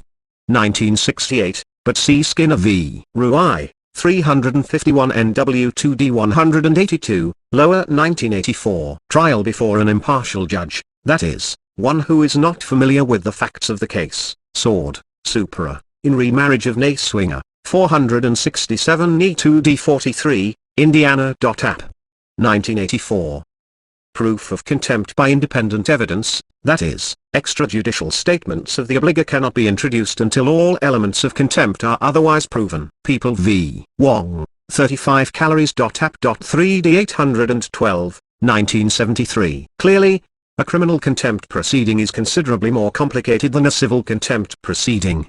The initiation of the proceeding may require a more formal notice than is provided the civil contemner in the motion and order to show cause, although a formal information or indictment is not necessary. The possibility of an indigency hearing, a jury trial, and a change of judge makes the process potentially a very long one. The evidentiary hurdles are difficult to overcome without knowledgeable witnesses. Despite these drawbacks, there are occasions when criminal contempt is useful, where an absent parent has been charged with civil contempt on numerous occasions, but regularly frustrates the action by paying the arrearage on the day of the show cause hearing and never making payment voluntarily. A criminal contempt action may change his or her attitude about compliance. State ex rel. Fry v. Fry, 559 P2D 1293, or 1977, Tiffy, Supra, United States v. United Mine Workers of America, 330 U.S. 258, 299. 67 SET 667, 91 Led 899, 1946. Furthermore, criminal contempt may be the only available remedy to punish an obliger who has made himself or herself unable to pay by quitting a job or taking one at a much lower salary. See Murray, Supra. Criminal non-support. Most states have passed statutes making the failure to support one's children a criminal offense. In many states, the attorneys who establish and enforce child support obligations in civil court are district or prosecuting attorneys who also have discretion to file criminal charges against an absent parent when appropriate. Criminal non-support charges are appropriate in instances where civil remedies are not sufficient. Indeed, one Florida appellate court has held that criminal charges should not be used if alternate civil remedies are available. Bryan v. State, 362 So 2d 812, Flag.App. 1979. This decision is perhaps the culmination of a process. Child support enforcement has turned away from criminal-style remedies in the recent past, as program administrators learned that an emphasis on summary civil remedies such as wage withholding and tax refund interceptions produced higher overall collections. Nevertheless, felony non-support proceedings can still prove useful in some instances, where an obliger has fled the jurisdiction or is avoiding service of civil process. The filing of criminal charges will allow issuance of an arrest warrant. Once the warrant is issued, the obliger is likely to be picked up in the future, because felony warrants show up on police computers across the country. If stopped for a minor traffic violation, the obliger will be arrested on the felony non-support warrant, and extradition is possible. Similarly, where the obliger somehow is avoiding all civil remedies, and it would be useful to change his or her attitude about the importance of voluntary compliance, a criminal non-support charge can be very effective. Pleadings. In most states, all of the normal rules of criminal procedure apply to felony non-support actions. The action is initiated by filing a criminal complaint, information, or indictment, depending on local practice. This document is presented to the judge who issues a summons or warrant. At least one old state court decision holds that if the charge is a felony or if hard labor is a possible sentence, a grand jury hearing must be held to obtain an indictment. State v. Aris, 121 Me. 94, 115 648, 1922. The initial pleading must allege all elements of the crime in a manner that allows the defendant to understand the charge and prepare a defense. People v. Skull, 339 11.App. 7, 88 NE 2D 681, 1949, Gravett v. Commonwealth, 232 Key. 432, 23 SW2D 555, App. 1930. One issue can prove troublesome at the filing stage the location of the crime of non-support or abandonment. If both the defendant parent and the children reside in the same jurisdiction, there is no issue. Where they live in different states or judicial districts, the issue is crucial. There is case law holding that the crime occurs in the place where the children reside. There is case law holding that the crime is occurring whenever the defendant parent is at any given point in time, and there is case law holding that the action can be filed in either jurisdiction. See Anno 44 ALR 889. After accepting the complaint, the court usually issues a summons to the defendant parent, asking him or her to come to court for the arraignment. Occasionally, the court will issue a warrant for the defendant's arrest, especially if he or she has been uncooperative. At this hearing, the court will read the charge to the defendant, advise the defendant of his or her rights, determine whether the defendant requests and qualifies for appointed counsel, set a date for the preliminary hearing, and, occasionally, set bail. At the preliminary hearing, the defendant will be asked to enter a plea. If the charge is a misdemeanor, the arraignment and preliminary hearings often are combined into one proceeding. The elements of criminal abandonment or non-support vary from state to state, depending on statutory language. Typical elements of the offense are as follows: abandonment, desertion, and non-support. A culpable state of mind, ability to provide support. The children are likely to become a public charge as a result of defendant's non-support. All states include the first two elements in the list of items that the prosecutor must allege and prove. Abandonment, desertion, and non-support are fairly straightforward concepts and have not produced much appellate case law. In Tut v. State, 310 SE2D 14, Gad.App. 1983. A Georgia appellate court held that non-support could be proved by placing into evidence the ledger card from the probation office, chronicling the defendant's non-compliance with a civil support order. The second element, culpable mental state, has produced quite a bit of case law. In states that have adopted the Model Penal Code, the standard definition of culpability applies to criminal non-support intentionally, knowingly, recklessly, or with criminal negligence. State v. Garsk, 592 P2D 1040, 39 or.App. 463, 1979. Other courts variously define the necessary state of mind as willful, very on behalf of law v. Law, 460 NIS 2D 395, N.Y.App.Diff. 1983. Bennett v. State, 109 Text.Crim. 237, 4 SW2D 62, 10 SW2D 1117, 1928. Evil intent or design, Commonwealth v. Wright, 433 A2D 511, Par.Supra. 1981. Conscious object to withhold support, Burris v. State, 382 NE2D 963, Indiana. App. 1978. Deliberate or perverse design, malice, or unintentional or deliberate breach of duty of support. Set purpose or design, Mercado v. State, 86 Text.Crim. 559, 218 SW 491, 1920. Purposeful, Page v. State, 160 Miss. 300, 133 So 216, 1931. State v. Hayden, 224 NC 779, 32 SE2D 333, 1944. Bowen and v. State, 271 P2D 739, Oklahoma.Crim. 1954. Absence of legal excuse or justification, State v. Russell, 73 Wash.2D 903, 442 P2D 988, 1968. State v. Richmond, 683 P2D 1093, Wash. 1984. Intentional, State v. Moran, 400 So 2D 1359, La. 1981. There is little agreement among the states as to how the third element is interjected into the action. In some states, ability to provide support is an element of the prosecution's case which must be proved beyond a reasonable doubt, just like the other elements. State v. Moran, Supra, Peacock v. State, 362 So 2D 174, Flat. App. 1978. In other states, Inability to pay is an affirmative defense, similar to diminished responsibility or insanity in other criminal actions. Switching the burden of coming forward with the evidence on this issue usually is justified by noting that the relevant evidence is peculiarly within the defendant's knowledge. Commonwealth v. Wright, Supra, Commonwealth v. Hussey, 14 Mass.App. 1015, 441 NE2D 783, 1982. State v. Brown, 5 Ohio App.3D 220, 451 NE2D 1232, 1982, State v. Wright, 4 Ohio App.3D 291, 448 NE2D 499, 1982, at least one state Supreme Court has held that such a practice violates the defendant's right to be presumed innocent unless proven guilty. State v. Johnson, 412 So 2D 602, La. 1982, State v. Kuiper, 408 So 2D 1312, La. 1982. The fourth element is not required in all states. Crawford v. State, 166 Gad.App.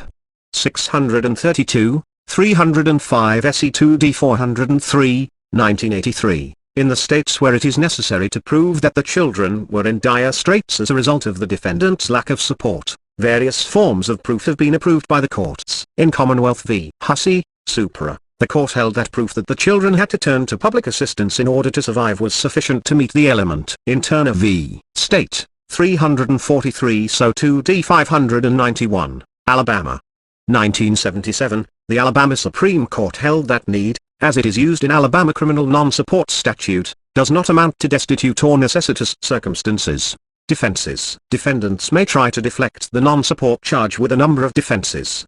Because of the different burden of proof and procedure in criminal cases, each defense affects the case differently than the same defense would in a civil case. Inability to pay. The definition of this defense should track the definition used in civil contempt cases, except that the measure is not necessarily the amount that should have been paid under an existing court order. Ability to pay will be judged according to the needs of the children during the period and the defendant's ability to earn. Lack of means alone will not support the defense. State v. Brown, Supra. Child living apart from defendant without defendant's consent. This defense generally has been rejected. See Benfield v. State, 4 Say 869, Georgia 1888, Moore v. State, 57 Say 1016, Georgia 1907, People v. Howell, 214 3 App. 372, 1919, Com. v. Donovan, 200 SW 1018, Key. 1920, State v. Sutcliffe, 25 654, RI 1892, Beelfuss v. State, 126 NW 33, Wisconsin 1910, Bowen v. State, 46 Northeast 708, Ohio 1897. Child supported by third party or of independent means. This is a frequent defense. In states that require the prosecution to allege and prove that the children were needy due to the defendant's non-support, the defense is virtually automatic. If the children were cared for by a third party, or if they or the custodial parent had independent means, a criminal charge may not be possible. Other state courts often have rejected this defense. See State v. Netzer, 3 Can. App. 673, 600 P2D 160, 1979, People v. Yate, 298 P 961, California 1931, People v. Frazier, 261 P2D 1071, California 1972. Non-Paternity. Non-paternity is only properly a defense when the issue has not been decided in previous action. See Chapter 10 for a discussion of the res judicata effects of a paternity judgment. If there is no existing paternity finding and no strong presumption of paternity, paternity is an element of the prosecution's case. See Nordgren v. Mitchell, 716 F2D 1335, CA Utah 1983, People v. Askew, 33 December 777, 393 NE2D 1124, 1979, State v. Rawlings, 38 MD.App. 479, 381 A2D 708, 1978. Thus, It becomes a defense only in situations where the defendant and the mother were married and separated without obtaining a divorce, or where they obtained a divorce in which the paternity issue was not decided. Where the defense is properly interjected, the evidentiary issues should track those in a normal civil paternity case. See Chapter 7. Vagueness of statute. Occasionally, a defendant will challenge the language in the statute that defines the offense, arguing that it is unconstitutionally vague, and that a parent is not sufficiently notified of the behavior he or she should avoid in order to be blameless. Such an argument has been upheld on occasion. See State v. Richmond, 683 P2D 1093, Wash. 1984. Gender bias in statute. Many of the existing criminal non-support statutes were enacted many years ago, when the principal or exclusive duty of support rested on the father. As a result, many of the statutes provide only that the male parent may be held criminally liable for non-support. Several courts have set aside convictions based on this gender bias. See State v. Fuller, 377 So 2D 335, 1404 TH 711, La. 1979, People v. Lewis, 107 Michigan.App. 297, 309 NW 2D 234, 1981. Other courts have opted to read the word father in the statute as though it says parent, to avoid the constitutional problem. See, for example, Com. v. Wright, 433 A 2D 511, Par.Super. 1981. Selective Prosecution. One defendant recently challenged a conviction on the basis that the statute created a classification that discriminated against certain racial and ethnic groups and against poor defendants. The California Appellate Court held that the statute's classifications did not result or promote selective prosecutions, and rejected the defense. See People v. Gregory, 192 Calories.rptr. 555, Cal.App. 4th Dist. 1983. Evidence. The evidence in a criminal non-support action should not differ markedly from that in a civil contempt case, unless the defendant asserts non-paternity as a defense. In most cases, the most important issues will be the defendant's state of mind, his or her financial condition during the relevant period, and the needs of the children. Many courts have held that a culpable mental state can be inferred once the prosecution establishes neglect. See Com. v. Wright, Supra, Dyer v. State, 52 P2D 1080, Oklahoma.Crim. 1935, State v. Faulkner, 182 NC 793, 108 Say 756, 1921. In California, once the prosecution shows the omission to provide support, the burden of proof shifts to the defendant to prove that the omission was not willful or excusable. People v. Temple, 20 Calories.App. 540. 97 Calories.rptr. 794, 1971. Ability to pay may be more difficult to prove in a criminal case than in a civil case because the defendant cannot be forced to testify, except in those states where inability to pay is an affirmative defense. Presumably, the prosecutor could submit records of the defendant's employer, or of the state revenue or employment security agency. If that fails, perhaps friends or relatives of the defendant could be called to testify regarding the spending habits of the defendant during the relevant period. The needy condition of the children can be proved with the testimony of the custodial parent or, for an AFDC case, by placing the four agencies' AFDC grant history into evidence. See Com. v. Hussey, Supra Punishment. Once the defendant is convicted, the court must fashion a form of punishment that is severe enough to make the defendant change his or her behavior in the future, and yet which does not make it impossible for the defendant to earn a living. The court usually can achieve these ends by sentencing the defendant to an appropriate jail term, called shock detention, and then placing the defendant on probation. The conditions of probation normally will require the defendant to pay a certain amount of child support, and perhaps take other action to make it less likely that he or she will not repeat the offense, that is, enter a drug or alcohol rehabilitation program. Many appellate courts have upheld a trial court's authority to enter a permanent support order as a condition of probation as well. See Murphy v. State, 171 Arkansas 620, 286 SW 871, 1926, Martin v. People, 69 Cullo. 60, 168 P 1171, 1917, State v. Waller, 90 Can. 829, 136 P 215, 1913. Poindexter v. State, 137 Tennessee. 386, 193 SW 126, 1917. However, in some states, the trial courts may only enforce a current support order for the maximum period a defendant can be placed on probation, which will vary with the length of the sentence imposed. In Los Angeles County, California, the District Attorney's Office uses the following guidelines to recommend sentences in misdemeanor cases.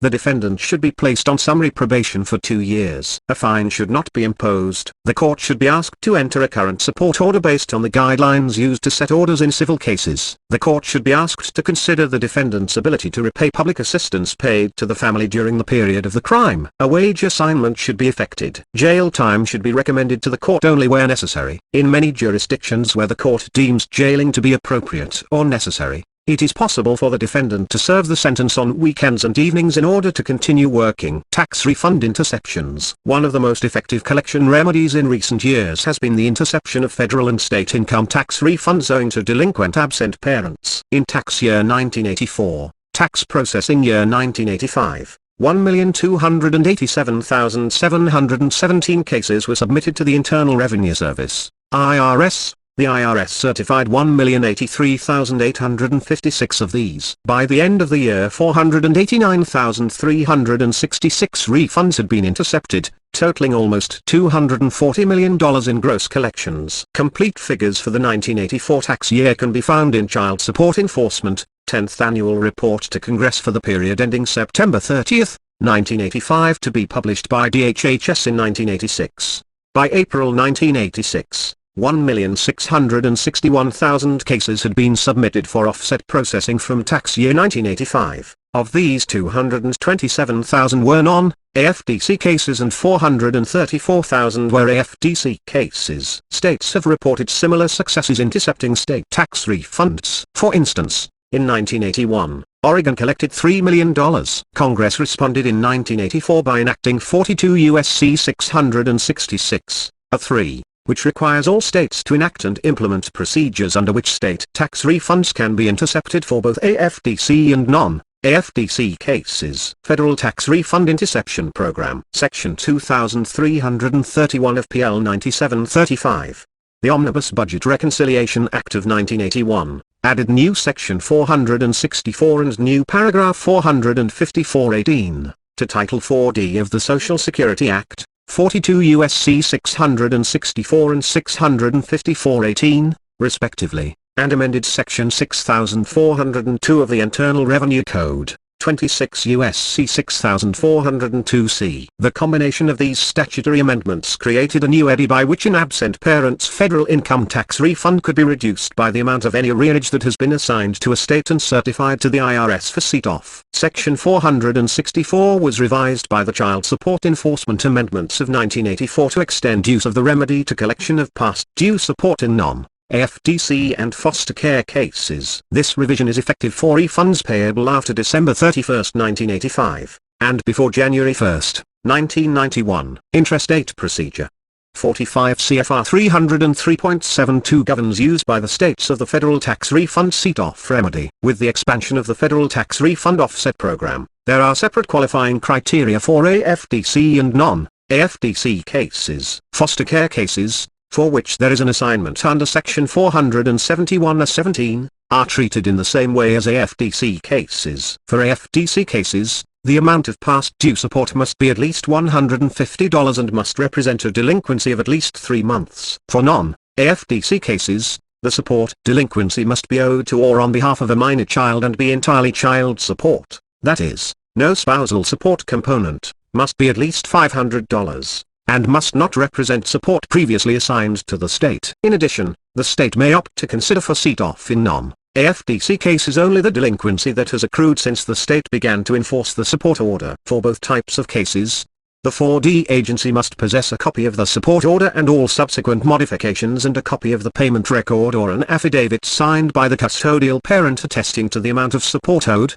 In non-AFDC cases, the record must include the custodial parent's current address. Also, before submitting the case to Oaks, the 4D agency must verify the accuracy of the absent parent's name, social security number, and delinquency and check its records to determine that no AFDC or foster care arrearage exists. Each state 4D agency must submit annually to OAKS a magnetic tape identifying cases for potential refund interception. For each case submitted, the state must specify whether it is an AFDC foster care case or non-AFDC case. OAKS reviews each submittal to determine whether the above criteria have been met. If all is in order, OAKS transmits the submittal to the IRS. The 4D agency must inform OAKS of any cases to be deleted and, if an administrative review has been conducted, of any delinquencies to be decreased. OAKS recommends that any substantial reduction in arrearage amount, whether as a result of administrative review or not, be reported by the 4D agency. 2 notices must be provided to the absent parent. OAKS, or the 4D agency if it elects to do so, must send a written advance notice to the absent parent, informing him or her of the right to contest the state's determination that past due support is owed or the amount of past due support. An administrative review by the submitting state or, at the absent parent's request, the state with the order on which the referral for offset is based. In addition, the notice must inform the absent parent of the procedures and time frame for contacting the 4D agency to request administrative review and that, in the case of a joint return, the IRS will notify the absent parent's spouse at the time of offset regarding the steps to take to protect the non-debtor spouse's share of a joint refund. A second notice, from IRS, must be sent at the point the refund is intercepted. If the absent parent responds to either notice by requesting a review, the 4D agency must notify both the absent parent and, in non-AFDC cases, the custodial parent of the time and place of the administrative review. If the review results in a deletion of, or decrease in, the amount referred for set-off, the 4D agency must notify OAKS within the time frames established by OAKS. Prior to January 10, the state may notify OAKS during the state's normal update process. After that date, notification must occur within 10 working days of the review. If the set-off has already occurred, the 4D agency must make any necessary refunds promptly. Interstate procedure. In interstate cases, the submitting state must notify any other state involved in enforcing the order, both on submittal to OAKS and on receipt of the refund from IRS. The requirements regarding notice to the absent parent are the same as for interstate cases. The most significant procedural change pertains to the administrative review process. The submitting state must provide the absent parent an opportunity for review. If the complaint cannot be resolved by the submitting state and the absent parent requests a review in the state that established the support order, the submitting state must notify the state with the order of the request and provide all necessary information, including a copy of the order and all subsequent modifications, a copy of the payment record or the custodial parent's affidavit, and, in non-AFDC cases, the custodial parent's current address. The rendering state must schedule the review, notify the absent parent and, in non-AFDC cases, the custodial parent, conduct the review, and make a decision within 45 days of receiving the referral from the submitting state. If the review results in a deletion of, or decrease in, the amount referred for intercept, the rendering state must notify OAKS within time frames established by OAKS. The submitting state is bound by the rendering state's decision, and must refund promptly any amount ruled to have been intercepted in error. Distribution of intercepted tax refunds. Collections received by a 4D agency as a result of a federal tax refund interception, both for AFDC and non-AFDC cases, must be distributed as past due support pursuant to 45 CFR 302.51b4, and 5. These sections require the state to retain such amounts as are necessary to reimburse itself for public assistance paid during any sequence of months for which it has not yet been reimbursed. This amount is shared with the federal government to the extent of its participation in the assistance payments. Any amount left over is to be distributed to the family. If a state fails to submit its arrearages for offset, the non-AFDC offset goes entirely to the family. If both arrearages are submitted, the state gets its payment first. AFDC and foster care assigned arrearages will be offset by the IRS before the non-AFDC arrearages, which are not assigned. Legal challenges. The federal tax refund interception program has been challenged in state and federal courts, primarily on the following 3 grounds: that due process requires a pre-deprivation notice and opportunity for hearing. See Nelson v. Regan, 560 F. Sup.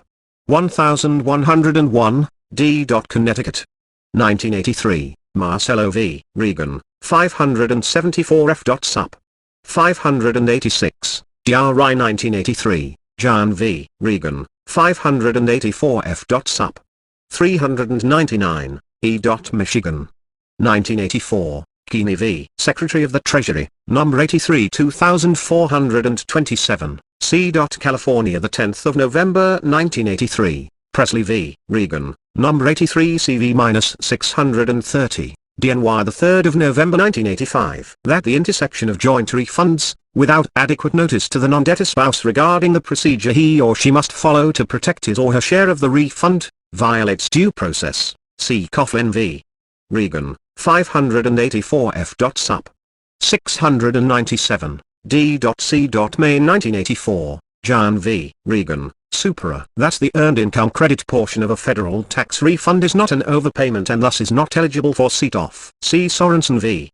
Secretary of the Treasury, 752 F2D 1433, CA 9, 1985, number 84 1686, Rucker v. Secretary of the Treasury, 751 F2D 351, C.A. 10 1984, F 555 F. Sup. 1051, D. Cullo.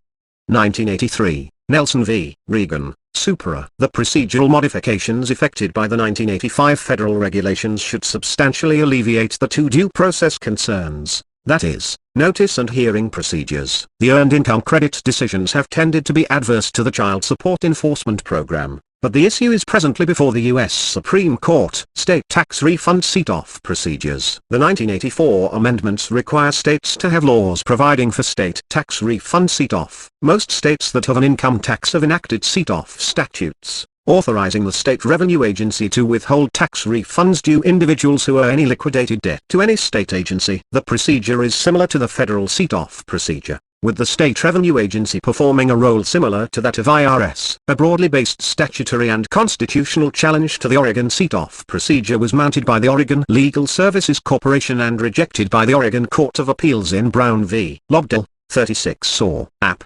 397, 585 P2D4, 1978. The Maryland statute was held to violate due process, for lack of pre-deprivation hearing, in McClelland v. Massinger, 600 F. Sup. 558, 11 Floor 1132, D.MD. 1984. Bonds and other security.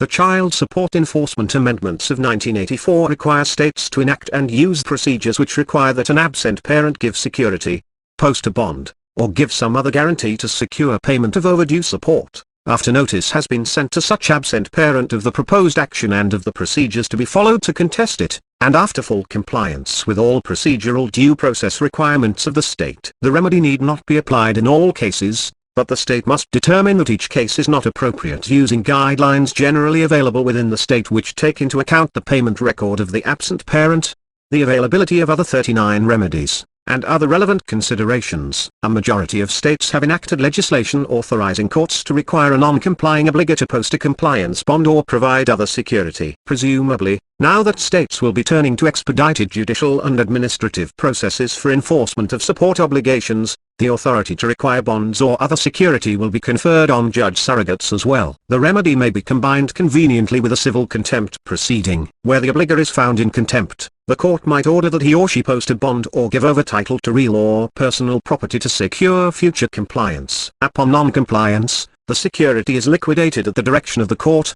usually ex parte, and the proceeds are applied to the support obligation. In many states, due process no doubt would require that notice and a hearing, pre or post liquidation, be provided to determine whether the obligor did or did not comply and to allow him or her to assert any available defenses. A thorough statute will set forth a clear procedure. In the past, the remedy has been more theoretical than actual. Bonding companies have been unwilling to provide what is in essence child support insurance, perhaps due to the low level of compliance. The passage of federal legislation is not likely to change this attitude. Therefore, it may be more effective to order an absent parent to provide security only where a specific piece of property has been identified that, for one reason or another, is not appropriate for seizure by way of execution. Where the obligor's personal interest in the property is high, financial interest is low, and storage and sale costs are likely to be high, Asking the court to order the obligor to put the property up as security would encourage future performance. A good example of such property would be a motorcycle or a boat. The obligor may get sufficient pleasure out of the item to make it worth more than the amount of support he or she might have to pay to comply with the order. Equitable remedies. Most state courts that sit in child support cases possess equity jurisdiction. If equity power is not specifically provided for by statute, case law often can be found to support the use of equitable remedies to enforce child support obligations. Indeed,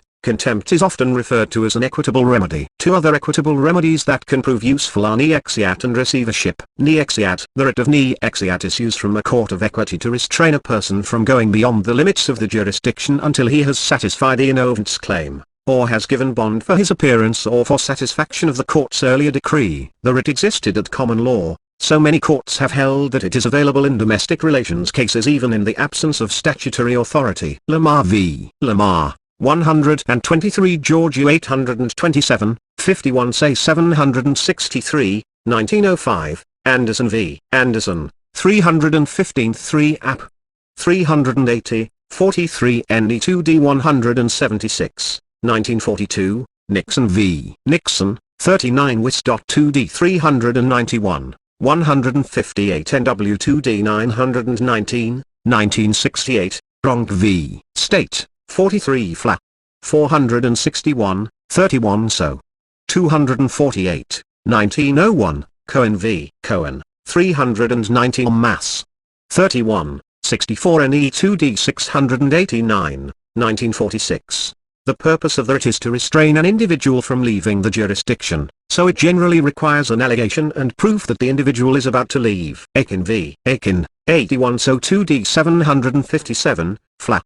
1955, the court holds a hearing ex parte, similar to the hearing held in an injunction proceeding. McGee v. McGee, 8 Georgia 295, 8 ALR 330, 1850, if granted, the court may order the sheriff to apprehend the obligor. After the obligor is brought into court, a hearing is held to determine the amount of the appearance bond to be filed. The bond may be set to ensure the obligor's appearance at a hearing required by another civil enforcement remedy or, perhaps, to ensure his or her compliance with the order after he or she leaves the jurisdiction. See Gibson v.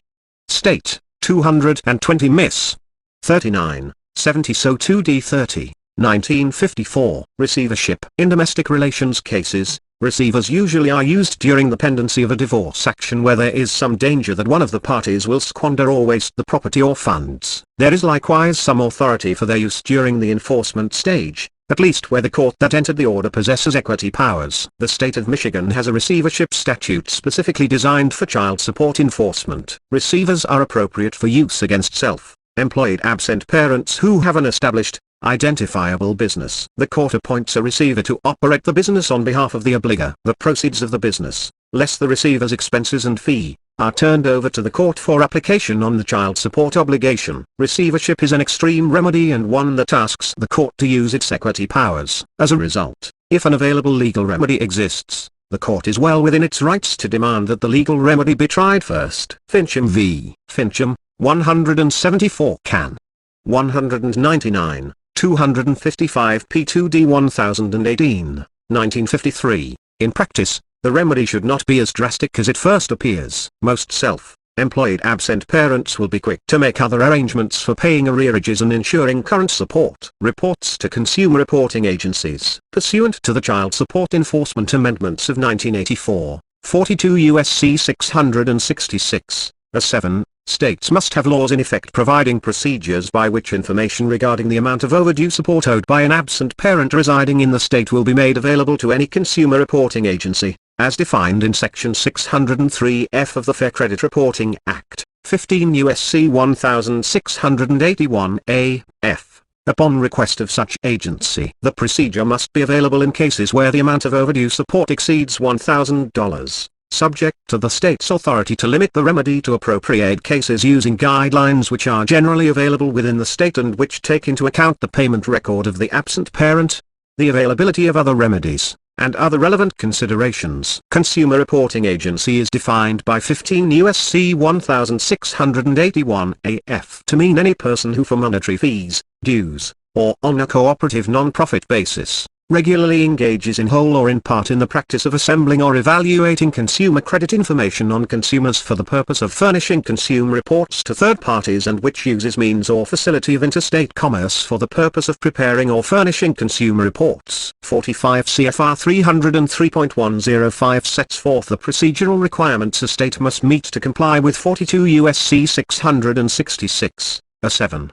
45 CFR 303.105, d, requires the state to provide the absent parent advance notice and an opportunity to contest the accuracy of the information to be provided to the consumer reporting agency. In carrying out the notice and conflict resolution process and prior to release of information, the state must comply with its applicable due process requirements. Paragraph C of the regulation allows the state to charge the consumer reporting agency a fee to cover the costs of providing the information. Full collection by the IRS. To use this remedy, the state must submit requests for certification to the Oaks Regional Representative. 45 CFR 303.71d, 1. Only the State 4D agency may request the certification. There must be a court or administrative order for support entered against the individual. Reasonable efforts must have been made to collect the amount owed. The state must have an assignment of support or application for services, and the delinquency of the order cannot be less than $750. Certification will not be allowed if there has been a request for full collection services during the previous 6 months. The state must agree to reimburse the IRS for costs involved in the collection. The fee for the service is $122.50. The Oaks Regional Representative reviews the request to determine whether the state has made reasonable efforts to collect the amount owed by other available remedies, and that all information requirements are met by the request. Next, their regional representative either forwards the approved request to the Secretary of the Treasury or consults with the state in an attempt to correct any deficiencies. The IRS will attempt to collect the amount certified like a tax delinquency, except that no interest or penalty shall be assessed or collected. The property exemptions of 26 U.S.C. 6334, 4, 6, and 8, do not apply. Any salary, wages, or other income of an individual that is being withheld in garnishment for the support of minor children shall be exempt from levy, pursuant to a judgment entered by a court of competent jurisdiction. In the case of the first assessment against an individual, the collection shall be stayed for a period of 60 days immediately after notice and demand, as described in Section 6303 of the Internal Revenue Code. The 60-day stay described above presumably gives the obligor the opportunity to satisfy the arrearage or contest the amount of the arrearage claimed by the state. No federal court has jurisdiction to restrain or review the assessment or collection. However, this does not preclude the individual from bringing legal, equitable, or administrative action in the appropriate state court or administrative body to determine his or her liability for any amount assessed against him or her, or to recover any such amount collected through this procedure. Mandatory military allotments. Section 465 of the Social Security Act requires allotments to be taken from the pay and allowances of any active member of the uniformed services who owes the equivalent of 2 months or more in court-ordered child support or child and spousal support payments. The requirement also applies to commissioned officers of the Public Health Service, an agency within DHHS, and of the National Oceanic and Atmospheric Administration, an agency within the Department of Commerce. The mandatory allotment procedure is initiated by the 4D agency, or the court or agency that has the authority to issue an order by sending a notice to a designated official within the uniformed service involved. These officials are identified in Appendix II of the Garnishment Regulations issued at 5 CFR 581. The notice can be given in the form of a court order, letter, or other document. The contents of the notice vary from one branch of the service to another, but generally must provide the full name, social security number, branch of service, and duty station, if known, of the member who owes the support obligation. Specify the amount of support due and the period in which it has remained owing. Be accompanied by a certified copy of an order directing the payment of support issued by a court of competent jurisdiction or in accordance with an administrative procedure that is established by state law. Provide the full name, social security number, and mailing address of the person to whom the allotment is to be paid. Identify any limitations on the duration of the allotment. Identify the name and birth date of all children for whom support is to be provided under the allotment. The notice and accompanying documents are served by certified or registered mail, or by personal service, on an official designated by regulation. On receipt of the notice, The uniformed service must provide a copy to the absent parent and arrange for a consultation between the absent parent and a judge advocate, or a representative of the service's legal staff. The consultation allows the absent parent and the judge advocate to discern what factors are involved with respect to the support obligation and the failure to make payments on it. The allotment may not be instituted until this consultation has been provided or 30 days after the absent parent received notice of the delinquency. The amount of the allotment is the amount necessary to comply with the order, which, if the order so provides, may include arrearages as well as amounts for current support, except that the amount of this allotment, together with any other amounts withheld for support from the wages of the member, may not exceed the limits established by the Federal Consumer Credit Protection Act, 15 U.S.C. 1673b.